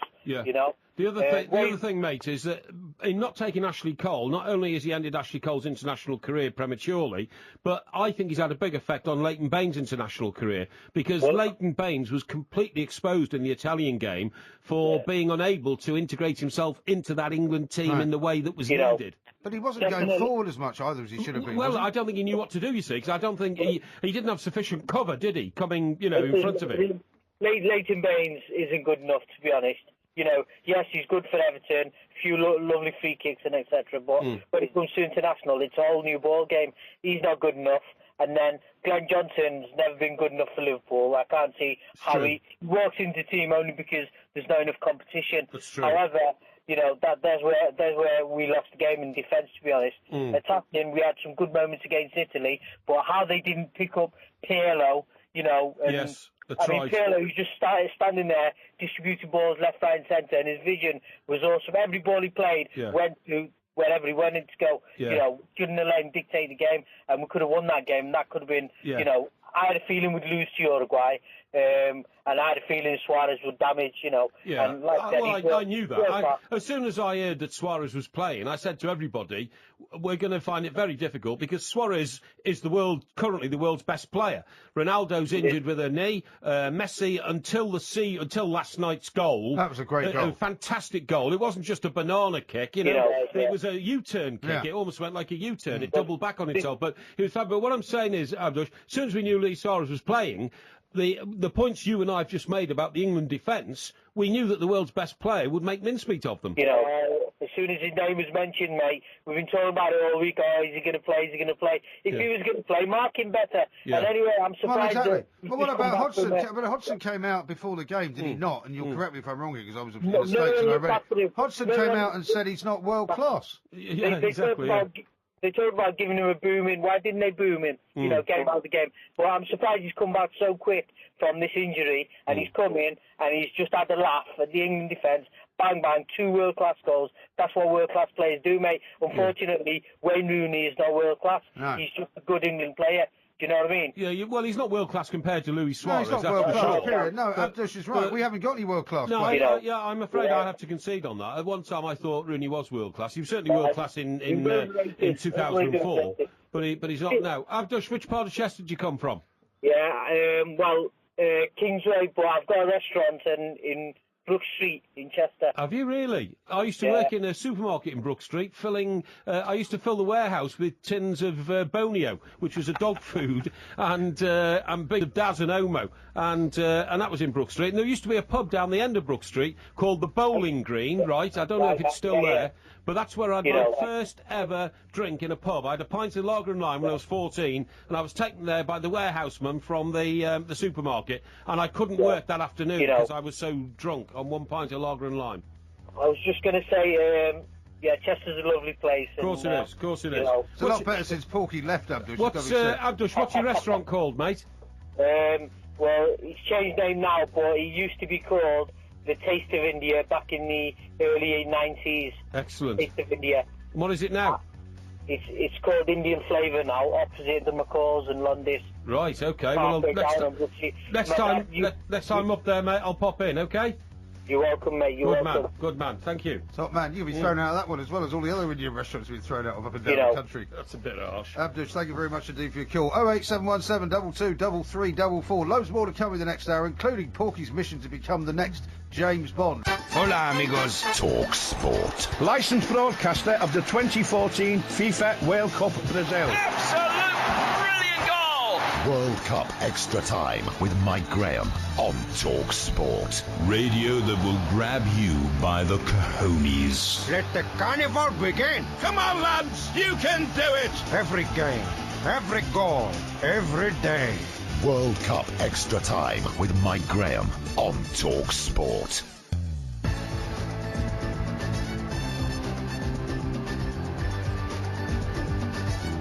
Good morning, I'm Mike Graham and he's Mike Parry. You're listening to Two Mikes on Extra Time, keeping you entertained throughout the night. Well, we've been talking all night so far about the World Cup and England's failure to qualify from the group before Germany had even played their second game. Despite this abject failure, of course, TalkSport's embedded England correspondent, Ian, the native Danter, thinks there should be no knee-jerk reaction. If we're just going to surrender arms and just revert to type, then we could easily go to Switzerland and get turned over. It's important that these players, so we're going to go forward and be part of the next squad that Roy Hodgson assembles to go forward to this campaign, take on board what's happened out here, still believe in their own ability as players and believe that they can knit together and can show the form that they did show in patches against Italy and Manaus. All right, they didn't show it against Uruguay particularly, but we have to believe that these players, the young players, can knit together further, learn from the experience and move on. Yeah, let's move on. We're out of the World Cup already, Mike.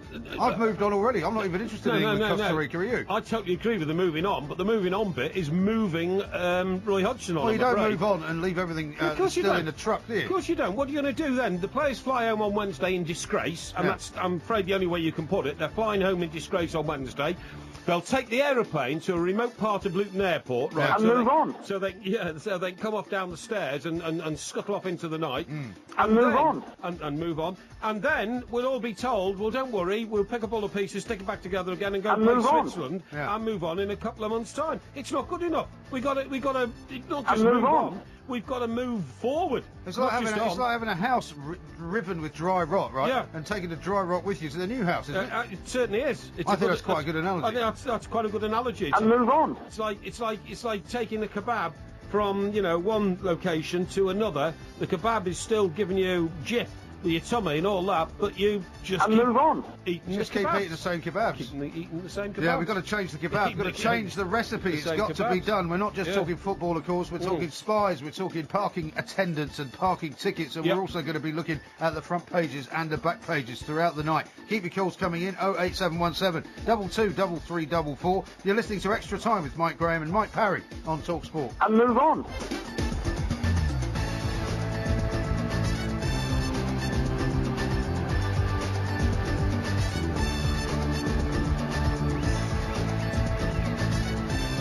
This is TalkSport Extra Time. I'm Mike Graham. Mike Parry is here with me. We're with you until 6 o'clock when it's time for the Fisherman's Blues. We'll find out what fishing we should be doing after we leave here this morning. I wish I was a fisherman. Do they still use that opening music? Yeah, they still use that opening music, by the Waterboys. Waterboys, that's right, great song. By the way, it occurs to me that No More Mr. Nice Guy song that you introduced rather interestingly in the last couple of hours, who you thought was sung by a woman, actually is quite a good theme song now for Ian Danter, isn't it? Because Ian Danter has always been the Mr. Nice Guy of TalkSport, and he was really angry tonight. And move on. Yeah. No, Dancer's a very personable young man, but of course he's feeling passionate about very upset with you.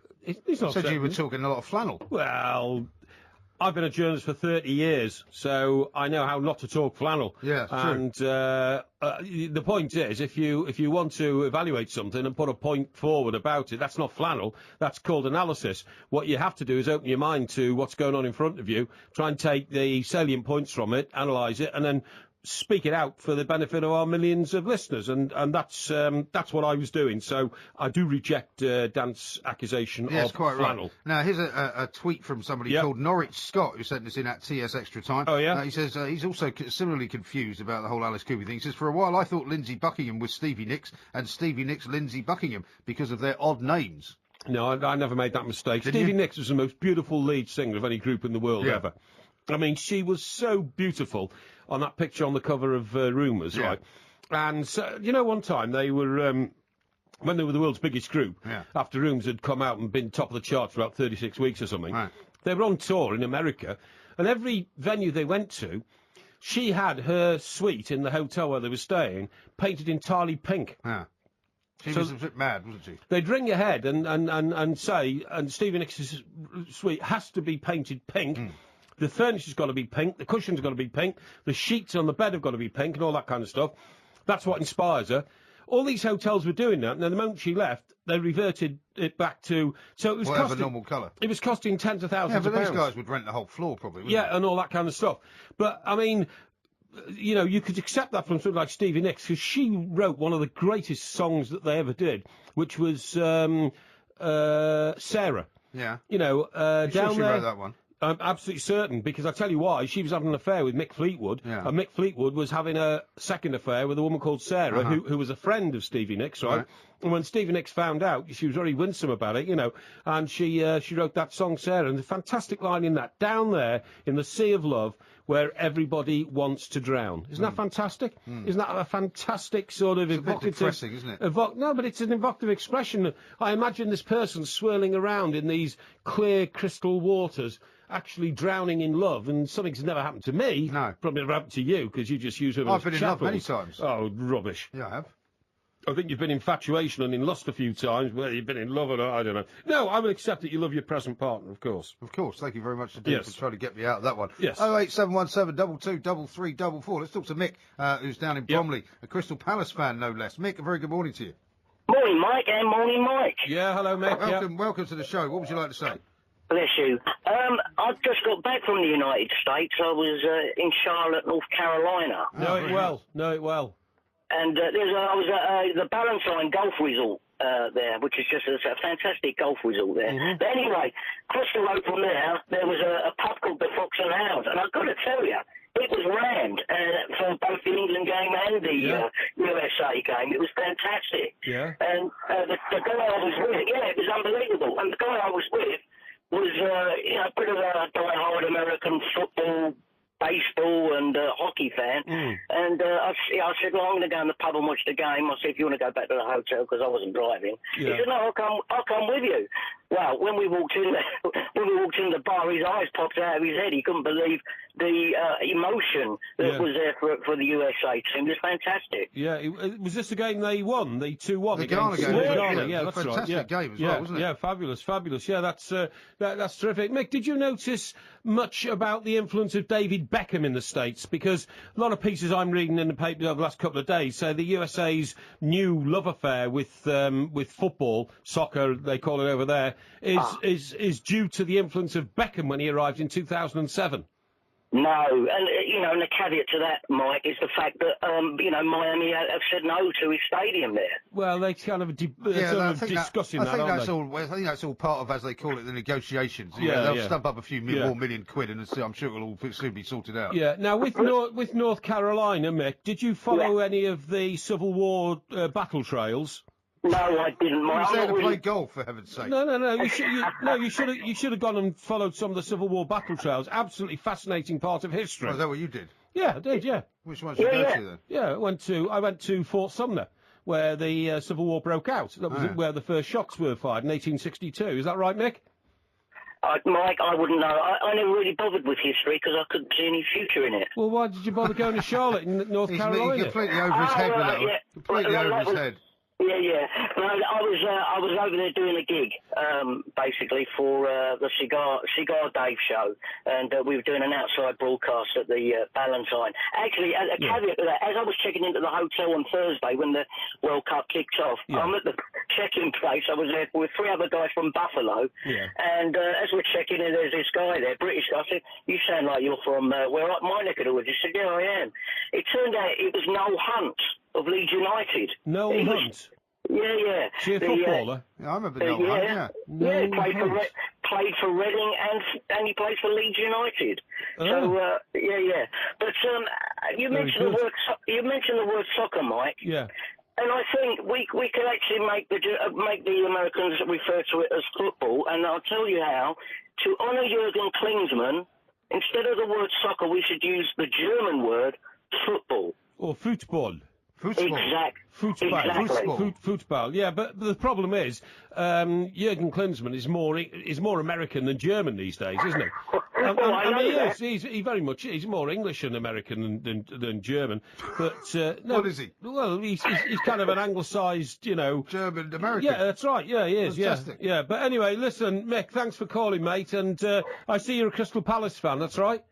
Yeah, that's right. And obviously, I was on the Monday. I was, killing some time. So they had the Australia-Holland game on, and when Jedinek scored that penalty kick, it was fantastic. Yeah. Have you seen your fixtures, the opening fixtures for your season? What are they? I have. I think Arsenal's the first game. Oh, well, that's not easy, is it, eh? No, Arsenal was losing the first game, didn't they? They lost to Aston Villa last year. Oh, that's true, they did, yeah, so maybe you'd be lucky. Mick, it's good to hear from you, mate. Thank you very much indeed. I'm sorry you missed out on those Civil War trails, Mick. Why are you making fun of that? Why are you making fun of that for? People don't You've got no sense of culture or appreciation whatsoever. Sense of culture, but I don't know what you were doing. If it's not in a styrofoam box and got meat in it, and you can eat it, or it's a lady you're pursuing, in your previous life. Actually, you'll be surprised about this. Funnily enough, you're not interested, are you? In the town in which my sister resides, in Connecticut, they're having their 375th anniversary this year. Oh, yeah. And they're doing a whole Civil War thing. And apparently a guy who fought in the Civil War used to live in her house.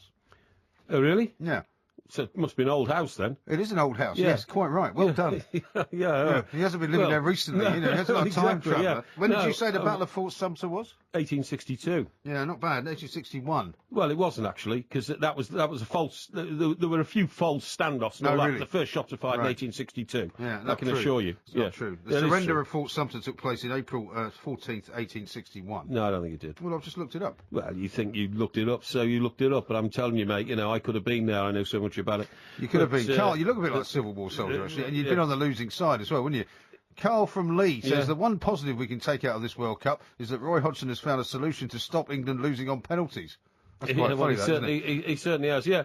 I mean, you know, it's not nice to sort of get down on somebody's back and say, you know, this man's got to lose his job, which is effectively what you and I are saying. Well, it's what I'm saying. I mean, that doesn't apply to people that are in football. It does not apply to people in football. £3.5 million a year. Yeah. You've got to expect something a lot better. The only higher paid coach in the whole of the world is Capello. Yeah. Who amazingly gets £6.5 million. You know that, off the Russians? I know. £6.5 million a year. I mean, it is so ludicrous. You couldn't believe it, could you? I know. You just can't believe it. I mean, Russia are not doing particularly well either. No, no, they're not doing particularly well. But I don't know why we pay our national team manager £3.5 million. Well, I mean, it's better like than when you paying listen... them £5 million, which is what we were like... paying Sven. Yeah, I know, but it's like when you listen to all these conversations with Alan Kirbishley, who was doing the commentary tonight on the Nigeria game. Yes. He was asked about, you know, why is it that not so many English players are actually in the Premier League? And he said, well, because they're too expensive. And that's the bit that really I find amazing. What do you mean, too expensive? They're too expensive because you can buy foreign players for less money and bring them into the Premier League. I'm not talking about superstar foreign players. I'm talking about... I just don't understand that. Yeah, but that's what's wrong, isn't it? If the young players are coming through, that's not expensive. Well, no, it is, because the clubs then want to sell them on for a lot of money because they've spent time nurturing them. That's that guy from Sunderland recently went off to play for Newcastle. Got back to Newcastle, he'd been there since the age of 8, and they felt that he owed the club something. And what they were upset about was not that he'd gone to play for Newcastle. No, they got no compensation. Actually, they got no compensation. Right, no money for him at all. No, and that's what apparently is wrong. Yeah. But we'll take more of your calls on that. We've got to talk about spies, and we've got to talk about druids. It's all coming up next on TalkSport. On DAB Digital Radio and 1089 and 1053 AM. TalkSport.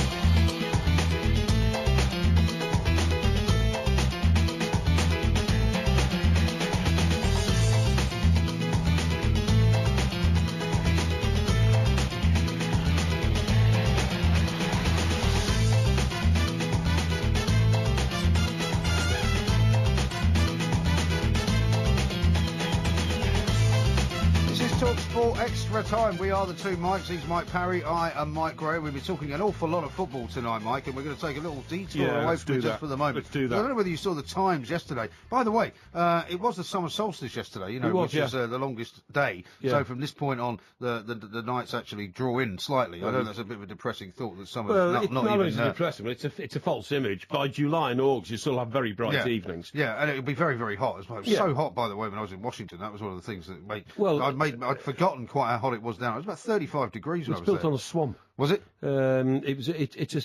It's a purpose-built capital built by a French guy whose name I've forgotten now, but he's a very famous architect, you know, of the sort of 19th century. Yeah. And they built it because Abraham Lincoln couldn't decide where to put the capital, whether it should be New York, Philadelphia, or wherever. So they said, why don't we build a new one?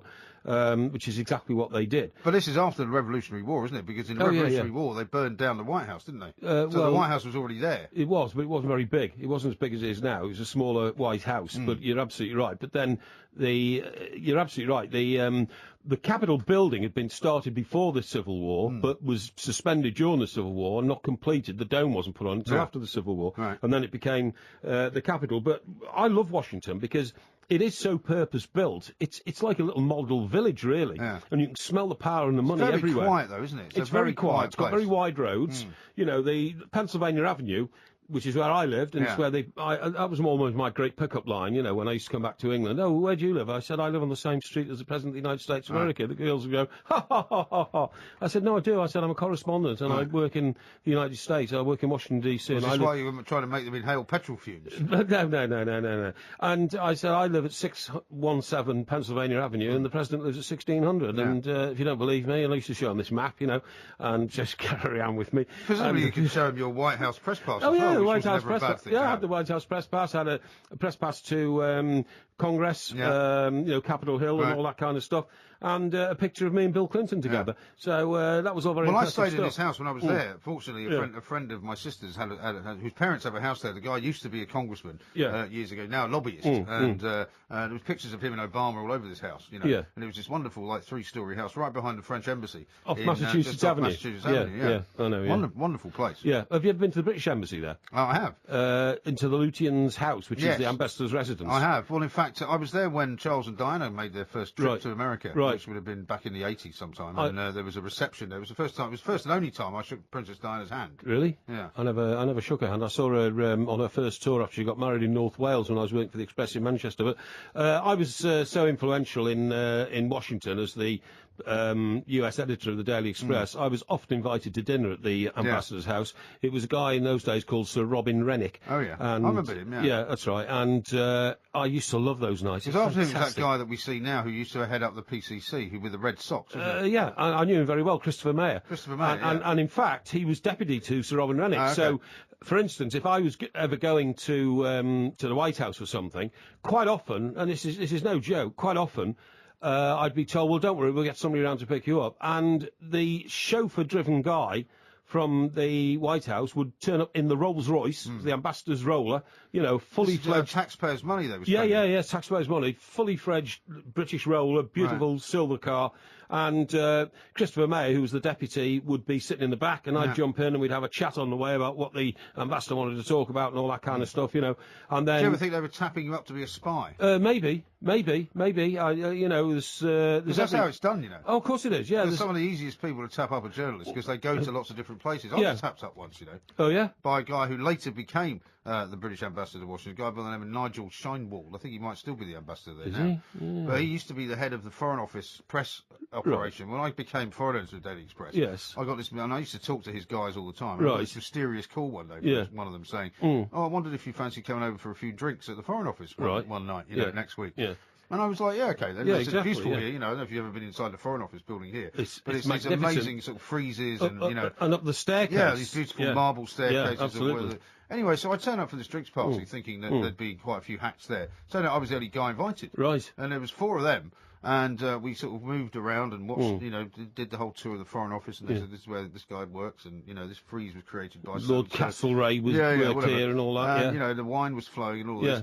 And they started asking me questions about, you know, the kind of the role that they saw the Express having in the next, 2 to 3 years, and the fact that we would be sometimes in places that they would have difficulty finding things out from, and would I be in a position to possibly help them out with some information along the way that might not appear in the paper. And what did you say? I said, well, I don't think I could do that.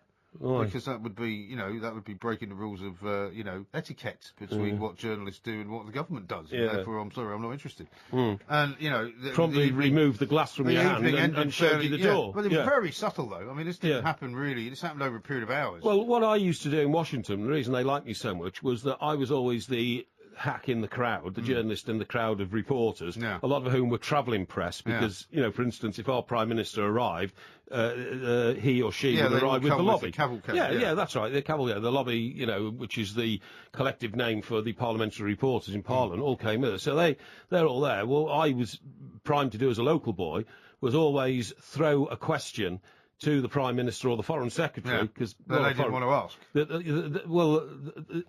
The embassy wanted it asked because they wanted to get a point over, but they knew that they couldn't bribe, you know... Oh, so you would ask the question on behalf of the embassy? So you were the lickspittle then? No. Well, that's what it sounds like. Well, yes. Unofficially, they would say to you, we'll send a roller for you next Tuesday night. You can come over and have dinner and a few cases of Chablis. That's right, and if you ask this question... Yeah, that's right. That's a disgrace. No, it's not. It's a complete and utter breach of morality and ethical sort of journalistic behaviour. No, it's not. I would be taken... Why would you ask a question on behalf of the government? I would be taken out in Georgetown, for instance, you know, and you know that's where I was staying. Exactly, yeah. And, you know, we'd go up and down the strip there in bars, piano bars, you know, all sorts of things, with a top guy from the embassy who was paying for everything, you know. And all I had to do in return was ask a couple of questions. That's unbelievable. No, it's not. It is. Because in exchange for that, it was... So you were a tame hack, in other words? No. No, quite the opposite. In exchange for that, I used to get all sorts of exclusive stories about what was going on in America and all. Well, I can't tell you, my sources. So and all they that would kind give of you a stuff. load of old But- cobblers. No, not load of Which cobblers. was about page 39 lead or something. No, they were giving me the inside story on the Clinton administration and how Bill and Hillary were falling out, and started telling me about Bill Clinton's affairs and all that kind of stuff. I got all that information through them on a one-for-one deal. I helped them out. Sounds very difficult. I helped them out, and they gave me information, and that's the way it worked. I mean, none of the people I'm talking about are there now, so it's not as if I'm, well, you are, because you told us who they were. Any secrets? Oh, no. You told us who they were. No, not at all. No, Christopher Mayer was never aware of this arrangement at all, because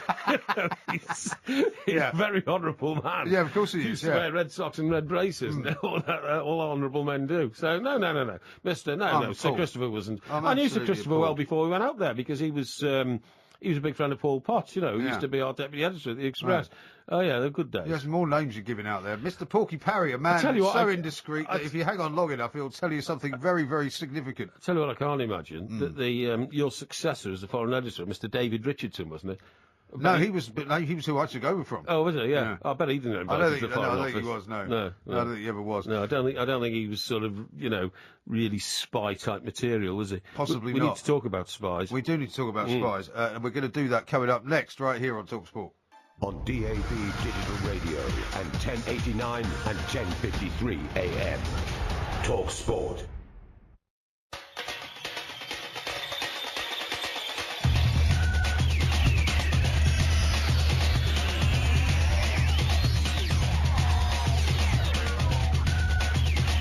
TalkSport Extra Time. We are the two Mikes, Mike Parry and Mike Graham. There will be a podcast available on iTunes coming out in a few hours' time, a little bit later on. More football to come, of course. We'll be talking some more about that. Keep your calls coming in. 08717 22 3344. But as you mentioned there, Mike, in the Times yesterday, no doubt there'll probably be an advert in the Sunday Times today. It says that the Secret Intelligence Service, which is known as the SIS, which I wasn't, I'm sure, aware of, have an advert in which it says, "What did you do today? Did it make a difference?" And they're looking for intelligence officers, and they've got a picture of that famous MI6 building over on the other side of Vauxhall Bridge, the one they blew up in the James Bond film. That's right, yeah. Quantum of Solace, was it? Was it Quantum of Solace? I think it wasn't. Yeah. No, I think it was the one after that. Casino Royale was the first one, Quantum of Solace, and then the third one was Skyfall. Yeah, I think it was Skyfall. I think you're right, because that's when that nutty terrorist arrived who took his teeth out when he was in prison. That's right, yeah. Anyway, they're looking for intelligence officers, it says here. So, what do you think? Do you think you'd fit the bill?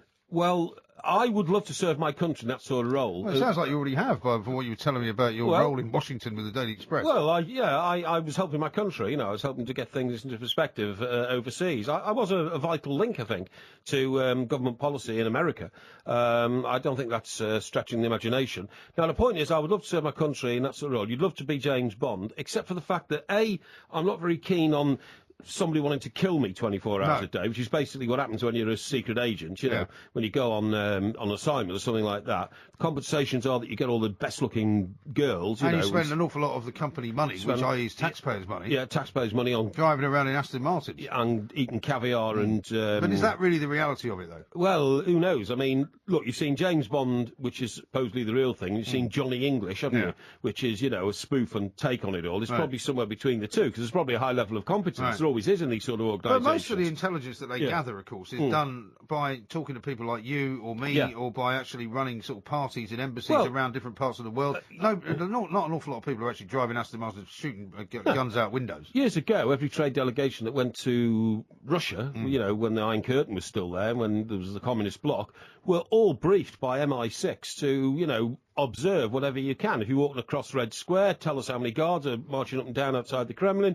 Tell us if you see a tank. Tell us if you, and that was like spying, but at a very low level. But you're absolutely right. It's just finding out information. They put that together with some other information, and then they've got some, realistic truth. But the thing that would most worry me is that I can't take pain.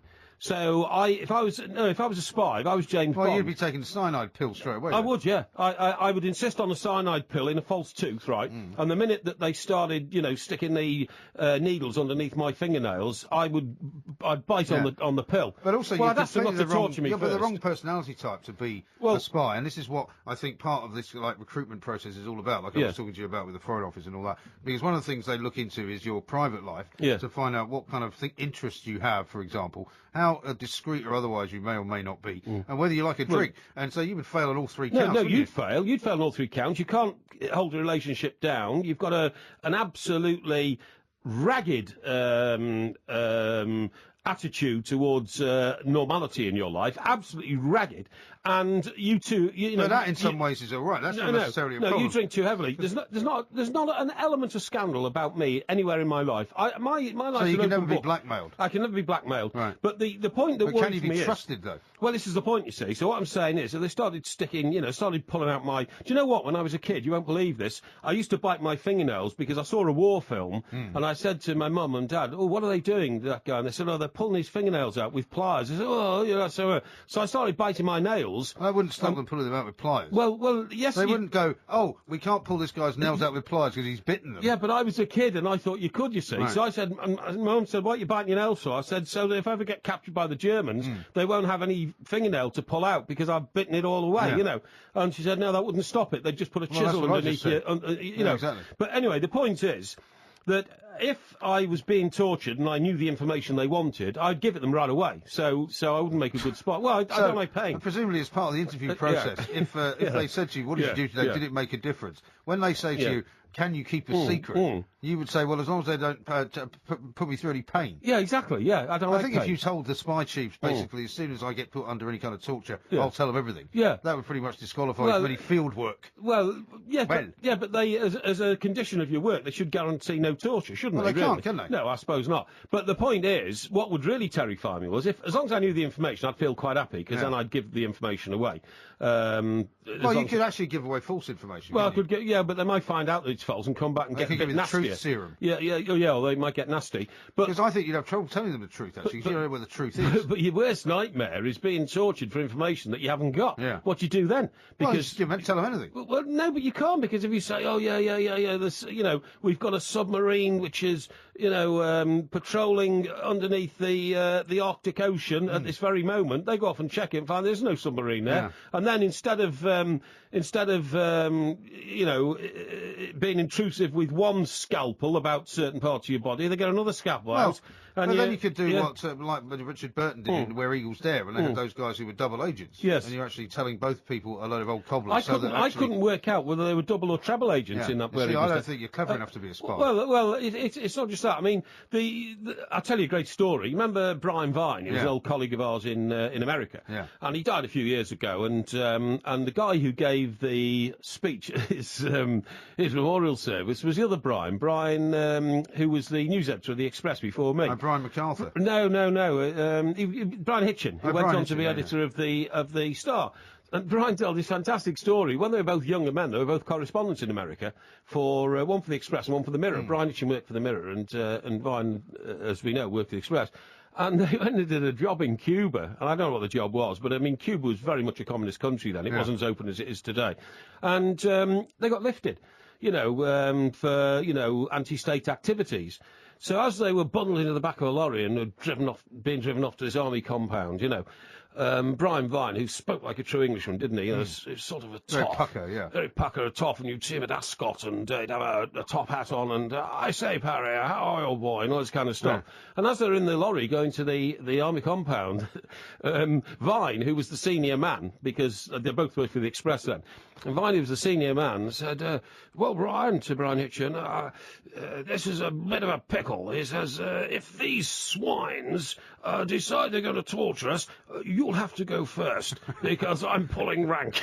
So, I thought, Honour amongst thieves. Honour amongst thieves, that's right, yeah. So I wouldn't be able to stand the torture.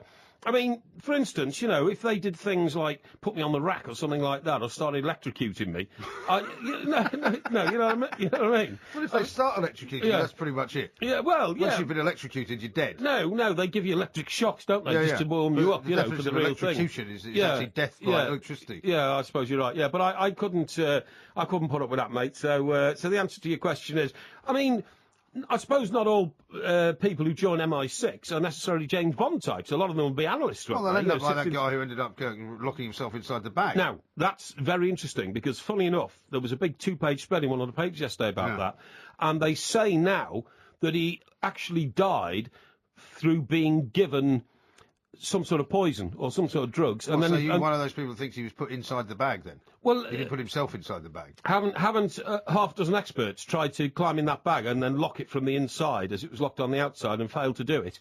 And therefore, there must have been somebody else in the flat who put him in the bag. Just to let our listeners know what we're talking about. We're talking here about a brilliant MI6 agent, right? Who was an analyst, more or less, wasn't he? He worked out of that building. He worked out that building, but he had spent a lot of time in America working with the American intelligence officials, and he's very highly rated.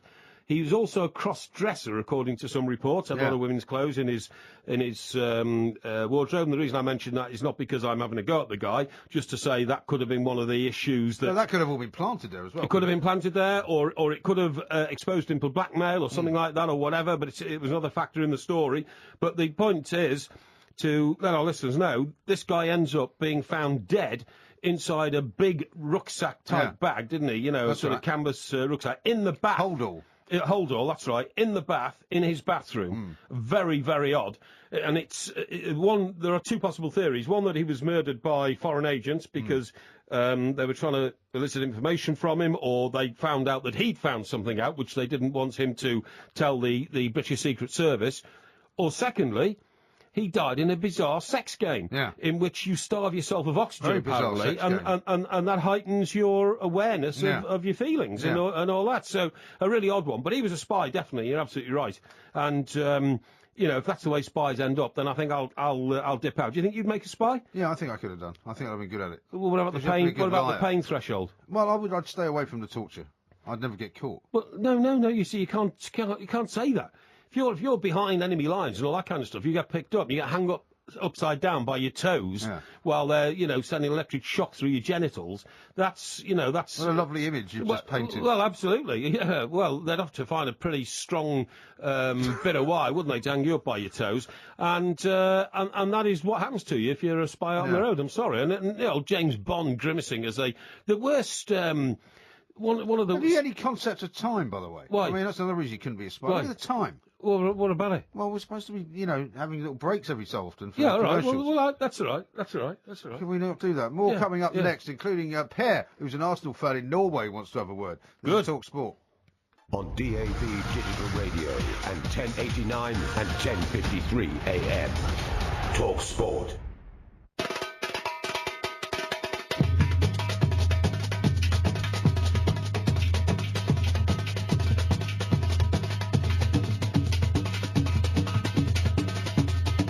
This is Talk Sport Extra Time. I'm Mike Gray. Mike Parry's here with me, and we're here, of course, until 6 o'clock, when it's time for the Fisherman's Blues. Mike, you're going to tell me some horrendous spying story, which I hope has not got anything more to do with stringing me up and electrocuting my most sensitive parts, because I really didn't want to think about that after you said that. Well, not many people do. In fact, I've had a number of people ring up and say they've been physically ill at that image being projected from me into their head. Yeah, thanks very much indeed for doing that. Now, we'll carry on with the spy talk in a moment, but first we've got a call from Per, who's an Arsenal fan over in Norway. And if you want to join in the debate, of course, you know what to do. 08717 22 33 44. Per, a very good morning to you. Welcome to the show.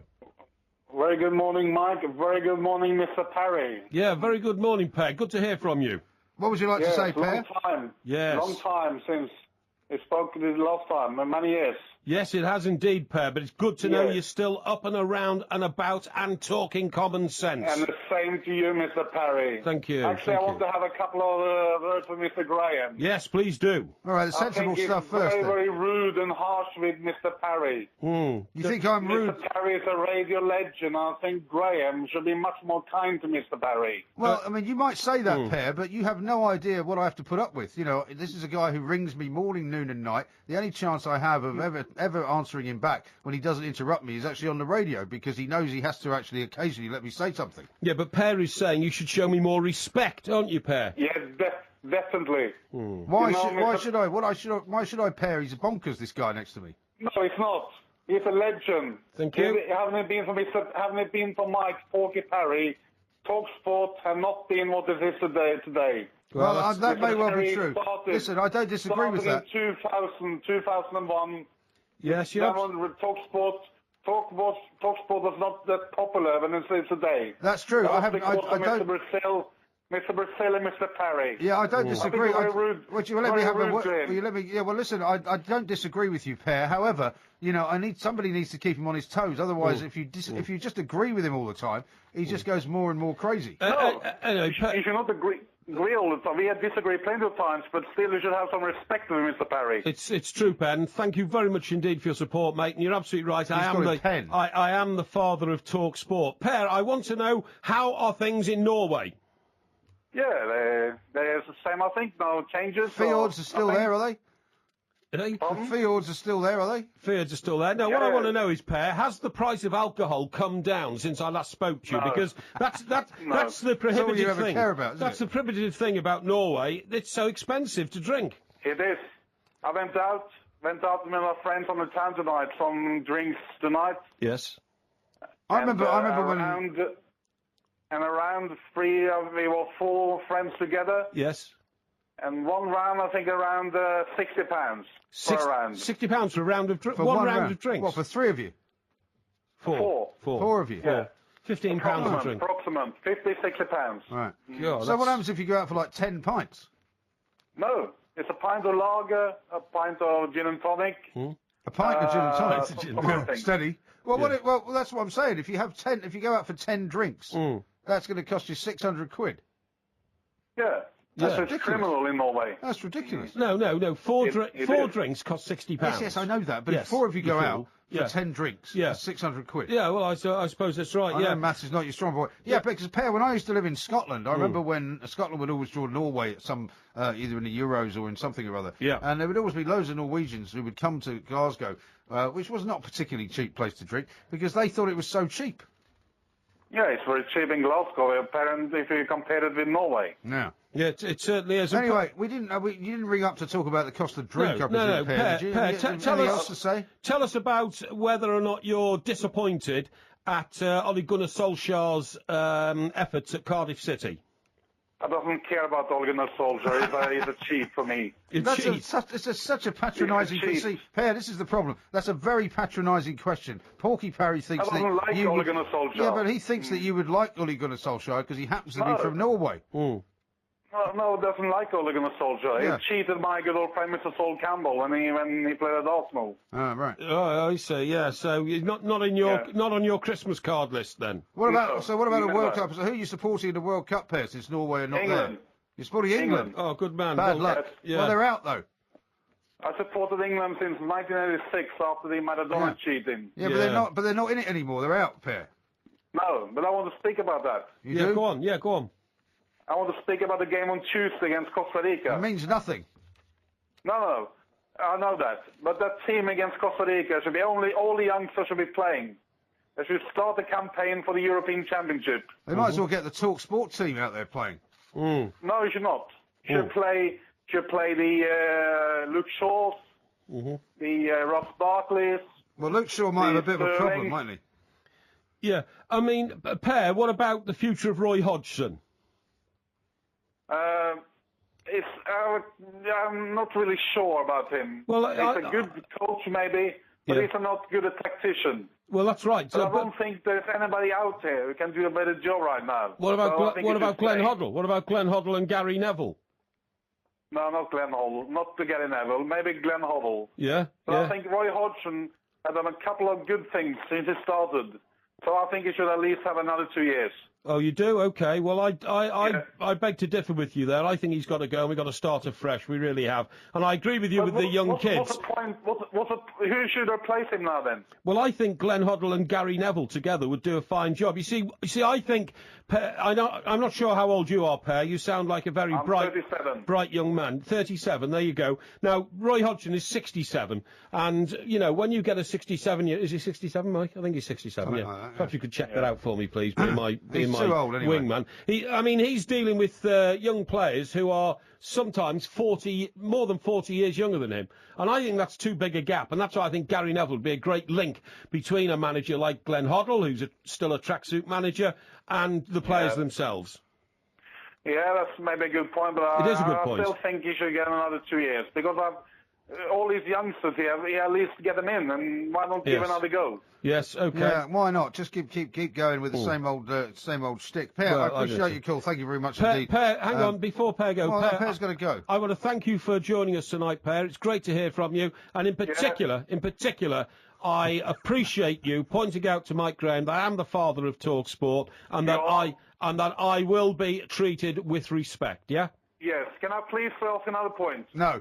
Per from Norway, That's absolutely. a bit There's harsh. no time. There isn't any No, time there isn't because any we've got to time, get no. away. How about this one from somebody called John in London who's texted to 81089. Now, here's someone who should be England manager right now, and that's Gus Poyet, without a doubt. He's clued up, and he's a top man in management. He doesn't speak good enough English for me. Well, what about Fabio Capello? Well, I mean, that was a ridiculous appointment in my view, because he spoke no English, and there's no wonder that it broke down in communications, we've got a not guy just who with his speaks, players, but with the Football Association themselves. We've got Roy Hodgson who speaks pretty good English. Speaks 7 different languages, but apparently. he's no use, though, is he? No, he's not. So no. there goes your theory. Yeah. 08717 22 3344 is the number to call us. Coming up the next hour, we're going to give Mike Porky Parry a quiz. He claims to be an expert, of course, on many, many things. And we're going to catch him out, as we always do, with one particular subject that he's not very keen on. Also, we're going to hear more of the conversation we had earlier with Ian Danter. It's definitely a case of no more Mr. Nice Guy. The guy from TalkSport, who everybody likes, has finally gone native over in Brazil. 08717 22 3344. Hola, amigos. Talk Sport. Licensed broadcaster of the 2014 FIFA World Cup Brazil. Absolute brilliant goal! World Cup Extra Time with Mike Graham on Talk Sport. Radio that will grab you by the cojones. Let the carnival begin. Come on, lads. You can do it. Every game, every goal, every day. World Cup Extra Time with Mike Graham on Talk Sport.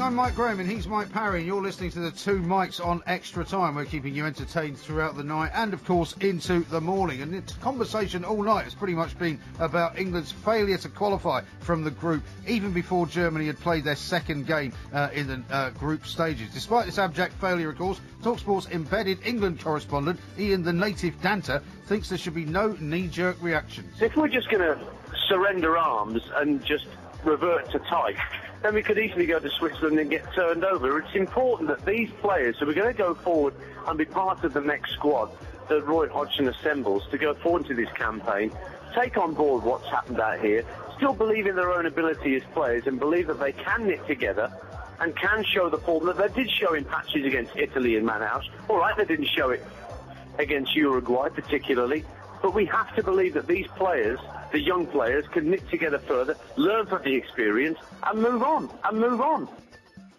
Ian Danter wants to move on, but not before he's given Mike Parry and myself a going over for supposedly talking a load of old flannel. What he doesn't realise, of course, is that most England fans agree with us and not with him. We'll hear a little bit more of our conversation with him a little bit later on, coming up in this hour. Also, we'll be giving Porky Parry a quiz. He claims to be an expert in the American Civil War. We've dug out a few questions that might just fox you, because normally you don't make more than about 3 or 4 out of 10. So we'll find out how you get on coming up a little bit later on. We'll keep taking your calls, of course, and we have yet to talk about the Druids properly. It was summer solstice yesterday. 08717 22 3344. You're listening to Extra Time with me, Mike Graham, and him, Mike Parry, the Druid-looking bloke, right here on Talk Sport.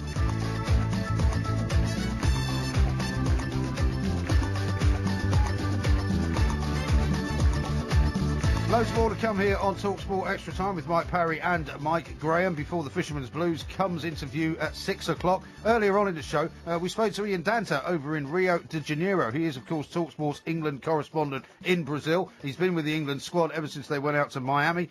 In fact, since before they went out to Miami, since they went down to the training camp in Portugal, which wasn't that long ago, because, of course, England are out of the World Cup before even the end of the second week. Absolutely incredible. However, Ian Danter and I had a slight disagreement about exactly where England are and where they should be going next, because I said there really isn't anything to be optimistic about when it comes to England at this moment in time. Of course there's something left to believe in. That's foolish, because we've got a game in, 2 months' time against Switzerland at the start of the European Championship qualification campaign. And if we're just going to, surrender arms and just revert to type, then we could easily go to Switzerland and get turned over. It's important that these players who are going to go forward and be part of the next squad that Roy Hodgson assembles to go forward into this campaign, take on board what's happened out here, still believe in their own ability as players and believe that they can knit together and can show the form that they did show in patches against Italy and Manaus. All right, they didn't show it against Uruguay particularly, but we have to believe that these players, the young players, can knit together further, learn from the experience and move on. Yeah, but Dan, I think what we're talking about here, mate, is that as a collective, that's what we're talking about, this present squad will never come together again. So, there is a pointlessness about them having an ambition to focus on anything, really, because it's going to be absolutely pulled apart. So they have no ambition at all, then? So they give up on all ambition? Is that what you're saying? No, what I'm saying is they won't be in a position to have any ambition as a collective anymore, because this squad will now be torn apart. It's got to be torn apart, because it's not good enough. It's not good enough. That's a fatuous argument, Mike. They know that it's being changed. They know that Gerrard's retiring. They know that Lampard's retiring. They're not referring to those guys that they know whose international careers are coming to an end. They're talking about the young players who are getting to know each other at international level, have failed at this tournament, and are going to move forward. It's nothing to do with those people who are retiring. Could they be talking about who's going to be in charge of those young group of players then when we get to the Switzerland game? They're all full square behind Roy Hodgson, and so they should be. But isn't that part of the problem, Ian? Because, we have Wayne Rooney yesterday saying that Roy Hodgson is a fantastic manager. Now, he may be many things, but fantastic is not a word you would use to describe Roy Hodgson in any area, is it? Hang on, what words were you using to describe him after the Italy defeat? Were you slamming him then? I don't think many people were slamming Roy Hodgson after the Italy defeat. Well, I think we were. No, these are 2 games of international football that people are using and making a complete alpha male, testosterone-fueled knee-jerk reaction. But hang on, they're 2 very important games, Dan. They're so important that we lost them and we're out of the World Cup. If you want to take 2 games in isolation, that's entirely up to you, Mike. I'd rather not, They're not in isolation. They're 2 consecutive games. Well, you're taking them in isolation. Hey, Dad, calm down, mate. Calm down, mate. Have you been on the old Coperinos over there, mate? I've never heard you so worked up. I've never heard you so worked up. Are you sure you haven't taken a job at the FA while you're I've never heard so much flannel coming out of people's mouths as well coming out of yours. No, Dan, I'm not just trying to correct you, because it's not about we're out of the World, we're out of the World Cup, Ian. We're out of the World Cup. We're out of the World Cup, Ian. We're out of it. Thanks for reminding me. We're out. I'm aware of that. We conceded 4 goals in the qualification campaign, and nobody had any complaints, particularly about the squad that was selected by Roy Hodgson, apart from Ashley Cole at left back. Yeah, which was vital that people had. But yeah, it's easy to have hindsight. Hang on. He's supposed to have foresight. Well, let me just say something. Lots of people said, Ian. Hang on. Lots of people said that he should play the youngsters. Lots of people said that Ross Barkley should get a game. A lot of professional footballers said that. A lot of people said that the Ox should get a game, obviously, when he was fit, if he was fit. Lots of people said that the young players should get a chance. And the young players didn't really get a chance, and so therefore, he made a mistake, didn't he? He's made a mistake in terms of not bringing Ashley Cole. I think that's been borne out by what's happened, because Leighton Baines hasn't been in great form, and I'm sure Mr. Parry will agree that Leighton hasn't been in great form really in club terms since Christmas. I do, yeah. And unfortunately that hasn't really carried over into this World Cup. But if Roy Hodgson was the arch pragmatist that he's been made out to be, then Raheem Sterling wouldn't have got near the first team. Ross Barkley would have been brought on as a substitute in the 2 games. I get very annoyed when the knives come out for a manager at this point. Don't you get annoyed when England go out of the World Cup before Germany have played their second game? I'll refer you, gentlemen, back to 1988 when Sir Bobby Robson's England crashed out of the Euro Championships with 3 abject performances. Yeah, but he'd had a good tournament before that. He'd had a good tournament before that. No, all right, listen to me, Mike. Let me finish. Yeah, sure, of course. After that tournament, the press were vilified Sir Bobby Robson. It was vicious. It was totally uncalled for. It was personal, and it hurt Sir Bobby Robson. What do you know? 2 years later, the FA stick with him, give him a mandate to continue as manager, despite the fact that everybody in Fleet Street wanted him out of the job and were writing headlines to that effect. Well, Fleet Street don't run England. Fleet Street don't run England. Doesn't matter. Well, it doesn't matter. You keep saying that Fleet Street Fleet Street reflects the word of the people on the street. That's what you always say about Fleet Street. Well, so does TalkSport, Ian. So does TalkSport, and there's plenty of people ringing TalkSport. Plenty of people ringing TalkSport who say Hodgson should go. Let me finish my sentence. Well, I wish you'd stop diverting off the point, Ian. No, 2 years later, we were 12 yards away from a World Cup final with the same manager.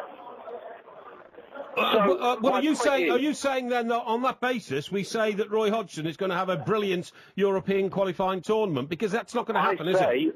I say the point is Roy Hodgson may not necessarily be the solution, but he certainly isn't the problem. Yeah, but Roy Hodgson doesn't look like he's got any solutions to the current problems. He just doesn't look like he's got solutions. The idea of him taking us into the qualifiers for 2016 is absurd, because we've been publicly humiliated around the world, and he will have...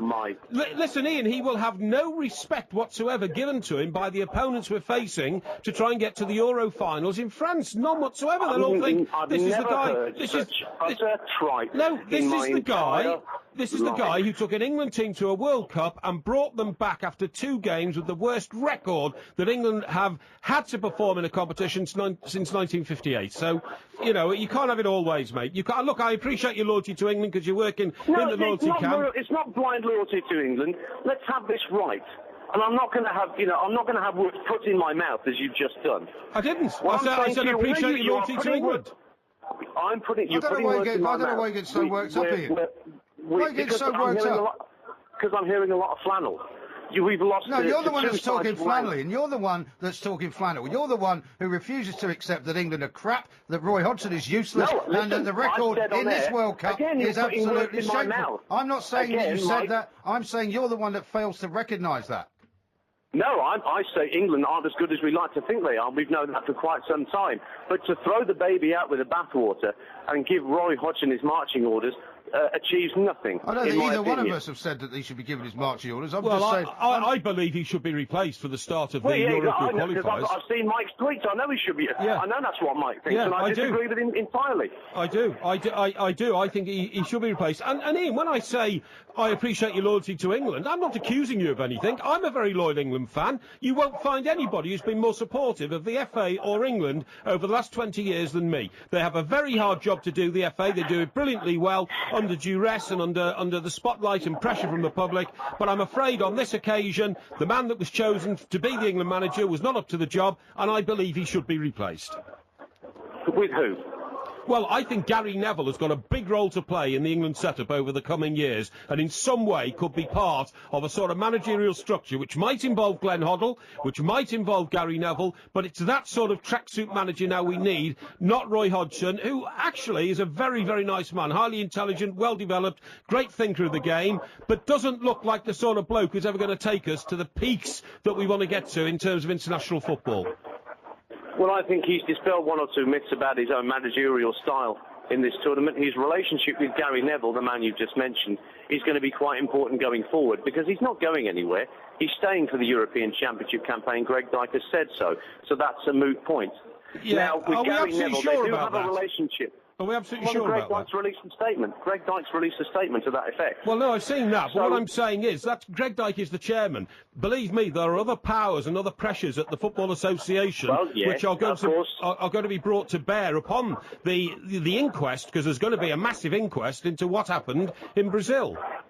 What is interesting is that most of Roy Hodgson's allies, David Bernstein and Sir Trevor Brooking, aren't going to be at the FA any longer. So I do agree that their departure leaves Roy exposed. More exposed than he would be if they were still there. But I still don't think he's going to go anywhere. I still think we need the continuity, as I've said all along, to go forward to see whether improvements can be made. He's given young players his head up to this point. And nobody was complaining when Sterling was picked. Nobody was complaining when Barkley was picked. People were saying, good, it's not the same old faces. Now, what I'm saying to you is that when we go into this European Championship qualification campaign, if players like your lad Stones at Everton and Flanagan at Liverpool and others are given their opportunity in a qualification campaign in a group with sides like Switzerland, who will cause us a problem, but given that it's a 2014 tournament that we're set to qualify for, then qualification is a little bit easier than it has been in previous European Championships. I think we can all accept that. But the actual route to qualification is, it's not as tight. Well, there's more places up for grabs.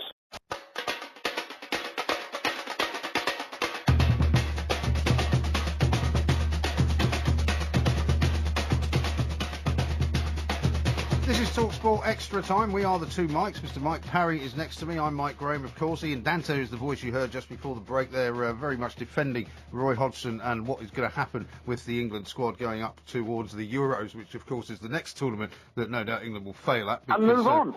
He wants us to move on and forget about all the failures and all the rest of it. And Roy Hodgson will do a press conference a little bit later on, which Mr. Danton will be in attendance at, and we'll find out later, I suppose, what Roy Hodgson's great plan is for the Costa Rica game. We certainly will. And there's been a lot of response, Mike, from the audience to what we've been doing for the last 2 or 3 hours, including that talk with Dance. Diddy Zakora says, what does he say? Hang on, how does this work? Right, he says, very amusing radio. This is the screen I'm reading off, it's on them touch screens. Always find these difficult too. Very amusing radio. You are both spot on regarding the England team. So we've got the vote of confidence there from Diddy, who's a listener, because we were saying, of course, that we think that Roy Hodgson should go. And another one here, absolutely gold on Talk Sport, the two Mikes, thank you very much indeed. And then one here, gents, the way everyone goes on about England is bizarre. We lost to Uruguay and Italy. We couldn't have lost to two worse sides. Why is anybody supporting Roy Hodgson? That comes from Ashley. We got one here from Jim. Also, who of England, except a fluke against Argentina, beat any big team in the World Cup finals over 90 minutes? Answer that. A few more of those, and then a few more referring to the conversation we had about spying, Mike. And this says, what does it say here? How do you read this? You're having trouble reading these tweets, aren't you? No, hang on. Let me see. We had this problem last week. No, here we go. Right, it says, OK, Porky, you've got a fat mug, you're never married, you've got no kids, no woman. Why would MI6 have you? And David Moyes is a poor manager. That seems a bit off the... that's come from Brian. Let me read you this one. And what's that got to do with the price of fish, I ask myself? Yeah, World Traveller, we're talking about fish, actually. Here's one from Ball of the Brave. Porky would be a rubbish spy. We all know what his weakness is. Maria Sharapova and his liking for fish fingers. What's that got to do with the price of fish? And World Traveller says this. Great Woodward and Bernstein had deep throat. We had shallow taffy. The hack bought for jam, donuts and cheap vino. Because this is apropos your conversations about your visits to the British Embassy in Washington. Yes, exactly, yeah. Well, that was helping out my country, which is one of the things I like to do. And a few comments here about what an idiot I am to think that just because you chew down your fingernails doesn't mean to say that the Germans could not have pulled them out with pliers. It would have just been a lot more unpleasant than if you'd not chewed your fingernails. Well, that's good to know, isn't it? That is good to know. Now, never mind all that reaction to some of the dopey things you said earlier. Earlier on, of course, as you normally do on one of these shows, you always make out that you're an expert in something or other. So now that you think you're an expert on the Civil War, after what you said I've never about... said that. I've never said that. Well, you have said it. No, actually. I didn't. You, you find the evidence. I never said that. Well, we're now going to give you a test on the Civil War. Well, give me a test of the Civil War, No, but don't try telling the audience that I'm boasting that I'm an expert on the Civil War. I have a great deal of knowledge about a great number of historical issues over the years because I was a student of history. It's as simple as that. You said you knew so much about it, you could have been there. That's your quote. Now, we're going to start this with a very, very simple question for you, since you're such an expert. Yep. Which was the first state to secede from the Union? Now, I can give you multiple choice if you wish, or you can just guess the state. Yeah, go on, give me multiple choice. Was it Georgia, or Mississippi, or South Carolina, or Virginia? It was Virginia. The correct answer is South Carolina. I knew it was South Carolina because we were talking earlier about Charleston. Well, you got that one wrong. No, I didn't. I thought we were talking about North Carolina earlier. We were talking about North Carolina earlier. I was thinking aloud. It was Virginia. I was thinking I was going to say no, it wasn't. It was South Carolina, of course. I knew it wasn't Georgia or Mississippi. 0 out of 1. Which was the first capital of the Confederacy? Was it Montgomery, Alabama, Memphis, Tennessee, Charleston, South Carolina, or Atlanta, Georgia? It was Atlanta, Georgia. The capital was actually Virginia, and it was Richmond, Virginia. You didn't put Richmond, Virginia in my choices. Richmond, Virginia is where it ended up being. Well, I'm sorry, but no, you gave me a choice of 4, one of which was not Richmond, Virginia. I knew it was Richmond, Virginia. And which one did you choose? I chose the one that subsequently became the second capital of the Confederacy, Atlanta, Georgia. No, it was originally it was Montgomery, Alabama, actually. No, it wasn't. And then it moved to Richmond. That's just rubbish. All right, they changed it 4 times as the drift and sway of the Civil War and you got changed. 3 of them wrong. No. Number 3, which general commanded the Union forces at the Battle of Gettysburg? Was it George Meade, William Sherman, George McClellan, or Ulysses Grant? It was Ulysses Grant. No, it wasn't. It was Sherman. It was George Meade. George Meade it was. Yeah, that's right. Number 4.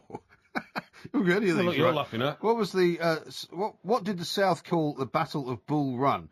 Was it the Battle of Shiloh, Shenandoah Valley Campaign, the Wilderness Campaign, or the Battle of Manassas? Shenandoah Valley. No, it was the Battle of Shiloh. This is rubbish. So this is utter rubbish. I don't know which historian gave you all these answers to these questions, but I can tell you it's garbage. Yeah, well, I'll tell you what. Where was the bloodiest one-day battle of the war fought? Was it in Shiloh, Tennessee, Fredericksburg, Virginia, Antietam, Maryland, or Vicksburg, and Tennessee? It was Fredericksburg. The correct answer is Antietam. Nah, this is Maryland. Rubbish. How do you know? How do you know? Because these are the quiz questions and the and quiz who answers. counted the corpses? Yeah, well, I mean, this is historically correct. Number 6. Which Confederate city was captured on the 4th of July, 1863? Was it Mobile, Alabama? Was it Chattanooga, Tennessee, New Orleans, Louisiana, or Vicksburg, Mississippi? It was Chattanooga. No, the correct answer is Vicksburg, I've been to the Chattanooga Choo-Choo Hilton, right? Have you? And as you approach it, and pardon me, boy. Yeah, that's right. And no, it's absolutely true. As you approach it, and there's a lady just inside the door who's a professional singer, and as you enter, she bursts into the Glenn Miller song. You know, pardon me, boy. Is this the Chattanooga choo-choo? What happens if somebody's coming right behind you? Well, she serenades the guests. She serenades the guests as they arrive. Yeah, put it when that way, does she stop singing for you and singing for the next guy? Well, I suppose she's singing for people who are just passing by as she's singing. You know what I mean? But it's a very nice place. They must have heard you were a British spy when you came down there. Yeah, could have been. Yeah, could have been. Yeah. Here's that James Bond fella. Yeah, okay. Unlucky. Good guess, though. Next, number 7. Where was the Battle Above the Clouds fought? Was it Summit Point, West Virginia, Lookout Mountain, Tennessee, Kennesaw Mountain, Georgia, or Hoover's Gap, Tennessee? It was Lookout Mountain. Lookout Mountain, correct. Yeah. Oh! And do you know why I know that? That's the first one you got right. Do you know why I know that? 1 out of 7. I went there, and guess what? At the top of Lookout Mountain, there's a plaque to a local sporting hero. Oh, yeah. And who would that be? I've no idea. The tennis player. From Tennessee? No, Lookout Mountain. His name was in my head a second ago, and then I looked at you and it put me off. Well, was it a US tennis player? Roscoe Tanner. Oh, Roscoe Tanner. Roscoe Tanner came from Lookout Mountain, yeah. Absolutely. There you go. Local hero. All right, 1 out of 7 so far. In which present-day state was the westernmost battle of the war fought? Texas, New Mexico, Arizona, or California? Arizona. Correct. Thank you. Oh! That's 2 out of 8. It's not going to be California, is it? 4 out of 10 Because the Civil War never got to California. No, of course it didn't. Which Confederate general was accidentally shot and killed by his own men? Sounds like something you would have been involved in. Yeah, Was it it does James actually, Ewell Brown Stewart? Was it Pierre Beauregard? Was it Thomas Stonewall Jackson? Or Joseph Johnson? It was the first guy, Ewell. Ewell, no, it was Stonewall Jackson. No, it wasn't. Stonewall Jackson was killed by his own men. Jackson was shot while reconnoitring along the front lines at Chancellorsville, Virginia. Do you know why he's called Stonewall Jackson? No. Because an historical observer who was painting a picture of him, got him to pose on his horse like that, and he actually said to his men, "Look at this general, he's the finest. It's like having a stone wall between you and the enemy." And from then on, he was known as Stonewall Jackson. Really? Well, you've still only got 2 out of 9. Yeah, rubbish. Let's see if you can get 3 out of 9. And move on. 3 out of 10 even. Where was the first battle between ironclad ships fought? Now, you're a fan of naval matters, historical or otherwise. Yeah. Biloxi, Mississippi, Hampton Roads, Virginia, Mobile Bay, Alabama, or Cape Hatteras, North Carolina? It was Virginia. Hampton Roads. Hampton Roads. Correct. Yep. Oh! There you go. So I'll give you 3 out of 10. Pretty good, No that's mistake pretty at good. all! So that's 3 out of 10. Not a very stupid question. Less than a third right. I'm- once again, you've proven to be no expert whatsoever on the Civil War. Difficulty is I have to interpret the questions which you idiotically put together before I can work out the answers. I did not put them together. They were put together by Then you crack give me a team. load of multiple choice options, and in some of those multiple choice options, the right answer wasn't even included. And you've once again 3 out of 10, Porky. pulled the wool over the listener's eyes to try and make me look like a stupid oaf who doesn't know what he's talking about. Yeah, and once again, I've succeeded. This is Talk Sport. Coming up next, Bob Ballard's going to look at the papers for us. Talk Sport at the World Cup. Newport Pagnell, Wagner Regis. Woo! Listen up, baby. It's a huge sensation across the nation. A chance for fans to meet. Oh yeah. They'll be chanting, cheering, diving, jeering. Football in the street. It's just the way I like it. Here on me head, Brazil, back stick, son. Hey, get in the box, Brazil. Get in the box. There's a bit of quality coming in, son. What's Keith doing in goal? Stand up. You're useless. Hey. Live kick-by-kick commentary of every game of the 2014 FIFA World Cup from Brazil on Talk Sport. Every game. Every goal. Every day on Talk Sport. Oh. On DAB Digital Radio and 1089 and 1053 AM. Talk Sport.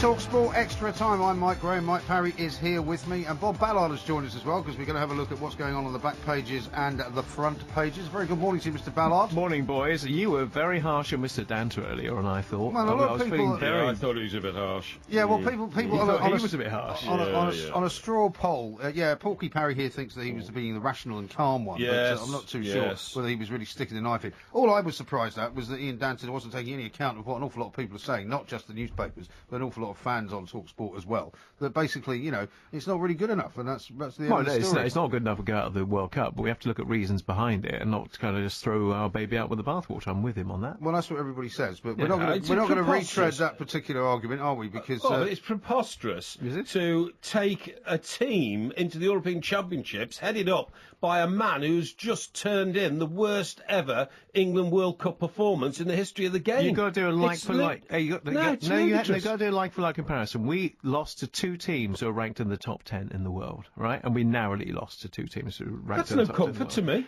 There's absolutely no comfort to me whatsoever. I couldn't care less if they're first and second in the world. When you go there to the World Cup, it's a great leveller, as we've seen from some of the other results in the group, USA. Yeah, but you can't do a like-for-like comparison, Mike. And, well, I'm sorry, but I mean, that is the most feeble excuse ever, that. Oh, well, they're better than us. Well, of course, some of the teams in the world are better than us, but we've got to rise to... I'm telling you, if Jose Mourinho had been in charge of England in those 2 games...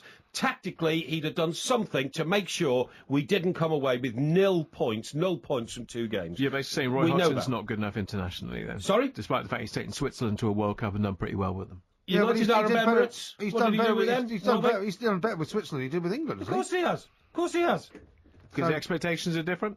I don't think they are. No, I mean, these are the lowest expectations for any England team, and people are still pretty annoyed that actually, as Mike pointed out, they're going back and getting kicked out of the World Cup before Germany have even played their second game. And after the world champions, obviously, had already gone out.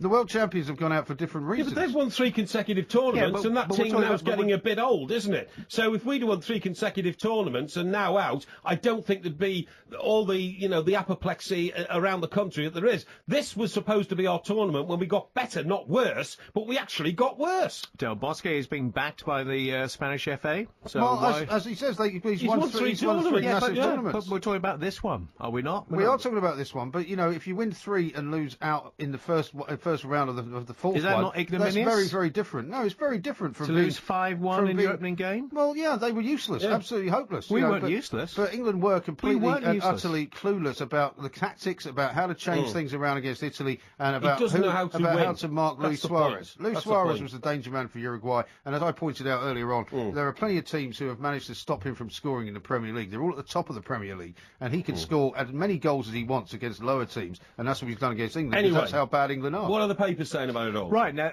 carrying on from that, Mike, this is something maybe I don't agree, and I'm sure you won't agree with. I'm a big, and have been a big Steven Gerrard fan, but I think his time has come to say thank you very much to international football and move on. But Roy Hodgson wants him to play on until Euro 2016. Yeah, it won't be Roy Hodgson's choice. He will be in situ until 2016. There's no doubt about that. No, I don't agree. I totally disagree. Do you want to bet on that? I'm not a betting man, but I mean, as a gentleman, we'll have a handshake on it. I just cannot see Roy Hodgson surviving this. I mean, the way that the FA works is that it's all very well Greg Dyke coming out as chairman and saying he's with until 2016, which was a snap, quote he gave when he was asked for a. It's like the board's behind the manager, isn't it? Yeah, the board's behind the manager, that kind of stuff. And they're not going to go against Greg Dyke. Greg Dyke has. Well, listen, I'm telling you, the chairman is not the most powerful person at the Football Association. Believe me. And there's an international committee. There are people there who are power brokers. I can't see him surviving. You're going to have somebody in place to replace him, and there is nobody Greg Dyke didn't appoint him, remember, so he doesn't have that bond of loyalty. No, and as Dan's pointed out, he's losing a couple of his lieutenants. That's right. In Trevor Brookings stepping down has been a big advocate. Right. Yeah, quite. Is that me being asked to tripe or Mike being asked to tripe? I'm not quite sure. That's right. Anyway, so getting back to the back page of the Mail on Sunday, they say move on. Roy Hodgson wants Steven Gerrard to continue until 2016, which I frankly don't agree with, but there you go. And Wayne Rooney wants Roy Hodgson to continue until at least 2016. Make him captain. Well, back page of the Sunday Express kind of backs up what you're saying there, Mike. Players and the FA rally round Hodgson. Under fire, England boss Roy Hodgson has the unequivocal backing of the FA's top brass, as he does, as you've heard from commentary, some interviews we've done on TalkSport with Joe Hart. Don't you think that'll be following the party line a bit? All these players who are, top-class footballers in the Premier League, if not it's on the international stage, they don't really rate Roy Hodgson, do they? I don't think they do. No. So you're saying what they're saying in public and what they feel privately is completely different? Well, I think Wayne Rooney is not going to be put up by England, and he's then going to come out and go, "Well, I think Roy Hodgson should leave." But he doesn't have to come out and be quite so effusive about keeping. Well, he called him a fantastic manager, which I think, by any stretch of the imagination, is clearly the wrong choice of adjective, is it not? Yes. Interesting that the Wayne Rooney situation, we now move on to having a new manager at Manchester United. And they are saying that the new man in charge at Old Trafford, Louis van Gaal, is going to play him in midfield. Is he? Yeah. Just wait till Rue get home on the back page of the Sunday People. They're basically saying that Van Gaal doesn't want him to play as a number 10 or a number 9. They're going to stick him in midfield. Wayne Rooney is going to go apoplectic at that, isn't he? No, I don't think he is he? I mean, he may well do, because, this is a guy who was promised the captaincy by David Moyes and was fully expecting to be made the captain. Now it turns out that there's a Dutchman involved, and another Dutchman called Robin van Persie is more than likely to be the captain. Yeah. And he's not going to like that either. Yeah. So Rooney's at a bit of a crossroads here, isn't he?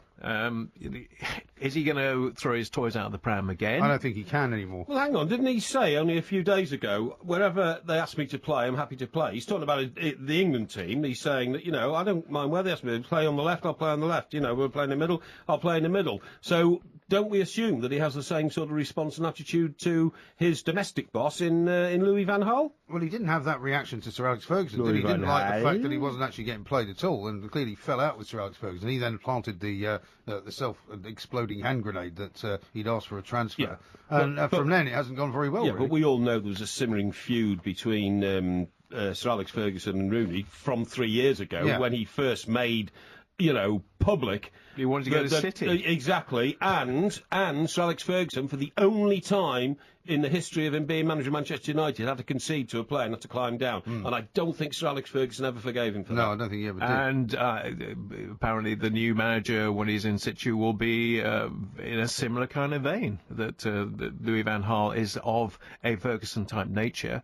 And he wouldn't have taken the job otherwise, would he? No, not quite. But the people in Holland tell me that he's a very difficult man for the media to deal with, very full of his own importance. Yeah. Is he? Yeah. I mean, in those days before it was announced officially, I mean, there was Sky camera crews following him around constantly, 24 hours a day, and he actually seemed to me to handle it all very, very well. Well, let's see, because I'm hearing, and we'll find out when he starts doing post-match interviews, especially if they don't get off to a flying start next season, that apparently he can be very, very chippy and very edgy. Okay. So similar to kind of Ferguson, and in that kind of situation. Well, it should be very entertaining. Yeah, it should be, yeah. Wimbledon is a couple of days away. In fact, it's 1 day away now, because it's Sunday and it starts tomorrow. And Virginia Wade has come out with a little broadsword here against the new coach for Andy Murray, Amelie Mauresmo, who she is calling fragile, mentally fragile. Really? It's a really good story, that, I think. Well, that's not what he needs, is it, really? Somebody who's mentally fragile. Well, she says it was a total shock when Andy Murray hired Amelie Mauresmo. Mauresmo was a total shock. I thought they were falling around. She's a great player. She's a great person. But I think she's a little fragile mentally. She's laid back. She's a very nice, mature person. But I can't work it out at all. So our last female Wimbledon champion, talking about our male Wimbledon champion last year, and not overly impressed with his choice of coach. Well, looking at the year he's had since he won Wimbledon last year, thank you very much for that French interpretation. Okay. It's not been a great season for him, so you wonder what expectations are in the Murray camp. Obviously he'd like to retain the title, but he presumably is not expecting to. Well, is he fit enough? Is he fit enough to retain the Wimbledon title? Well, I think he is, but I don't think he's match fit enough, I think is the problem. Well, I don't think his form at Queen's gave you an indication he's going to win it this year. No. Didn't he win a competition 2 before Queen's, or 1 before Queen's, or have a very good running one to the final or something? I don't think he's won anything this year. No, okay. Well, he was defending his Queen's thing. He went out to Stepanek, I think, didn't he? He went out in that. It's going to be very interesting this year, because I think there's going to be a surprise finalist in the men's. I think somebody's going to creep through you don't expect. Who's it going to be, do you know? I think it can either be Dimitrov, who's won Queen's last week, or it could be Milos Raonic. Milos, eh? The Canadian. I haven't heard of either of them, have you? They're both top 10. Well, no, Raonic is top 10, and Dimitrov's getting there, so it's going to be quite interesting. Well, Porky will be boning up on his tennis for the Wimbledon fortnight, no doubt, as ever, with the shorts on. Bob, thank you very much indeed. Pleasure, Mikes. We've got loads more to do before the Fisherman's Blues I rely on gets my in. mum for Wimbledon, by the way. She watches every minute of every game. So if I need to know anything about Wimbledon, I just ring her up, and she's my Wimbledon expert. Oh, good. Is that like Darla Tennis you better pick up on BT? And yeah, dial exactly. 160 and get that's right. tennis scores. Absolutely. Yeah, that's where he gets most of his information from. The speaking clock. This is TalkSport Extra Time. Loads more to come next. Dolt. That's right. On DAB Digital Radio and 1089 and 1053 AM. Talk Sport. Group H, Belgium versus Russia. Kickoff, 5 p.m. This could be a second goal. Oh, it is. It's an absolutely magnificent strike by Merv. And the keeper parries it. And it's turned in by Kazakov. South Korea versus Algeria. Kickoff, 8 p.m. Could there be a shot on here for South Korea? Yes, they're good. Oh, Akinfeev has spilled it into the net. Oh, that's absolutely incredible. And he has scored. It's Algeria who take the lead. Group G, USA versus Portugal. Kickoff, 11 p.m. Header into the net. They've regained the lead.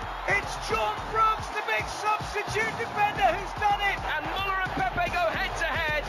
Muller walking towards him. It's a red card for Pepe. No complaints at all. Portugal's afternoon goes from bad to worse. Live on Talk Sport.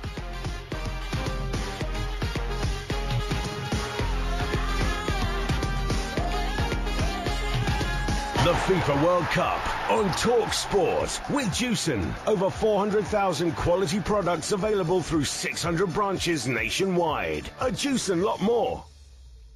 This is TalkSport Extra Time. I'm Mike Graham, and he is Mike Parry. We are the two Mikes. There will be a podcast coming out a little bit later on. 3 more live games coming up tonight on TalkSport, though. Commentary, of course, kicking off at 5 o'clock with Belgium against Russia. And then it's going to be an 8 o'clock kick-off, South Korea and Algeria. And then USA-Portugal, which you said was going to be a great game. I think you're right.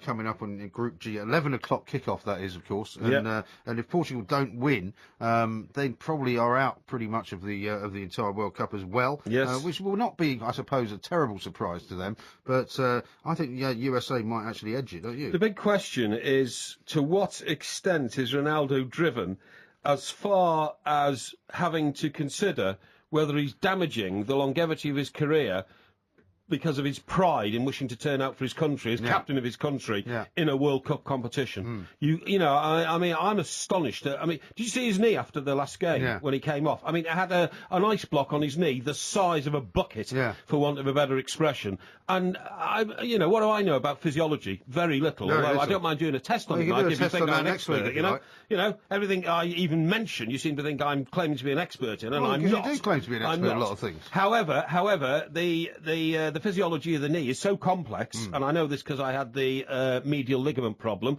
last year, which stopped me walking, and I put 2 stone on. It was a very, very difficult time for me.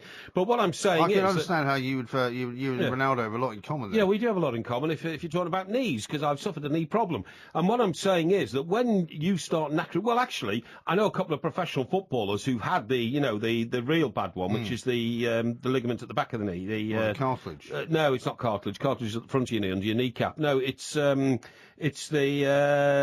antennae or antennae. What's it called? The anterior ligament damage and that kind of stuff, and a medial as well sometimes.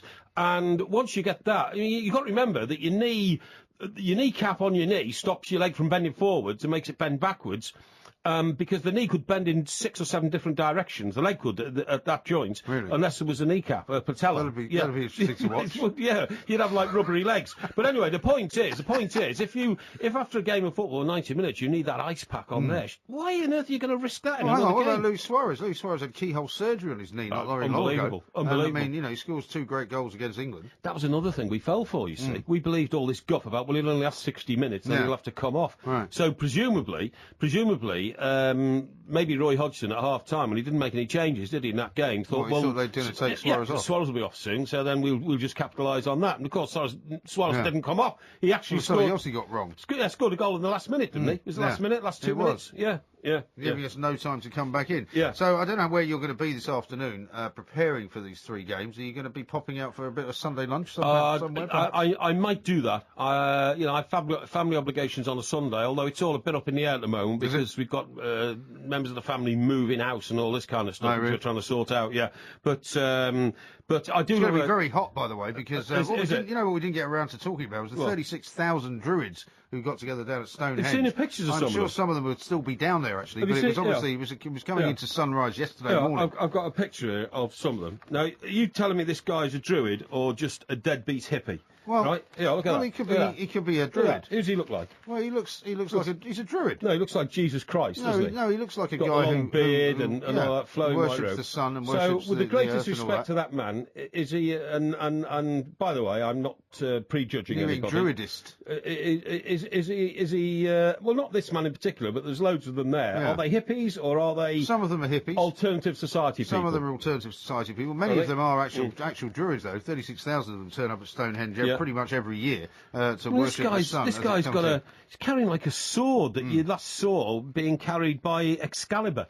You know, well, Excalibur was the sword. Excalibur was the sword, that's right, yeah. King Arthur was carrying it. Was it King Arthur carrying it? Or alternatively, Lady of the Lake. Lady of the Lake. He didn't throw it into the lake.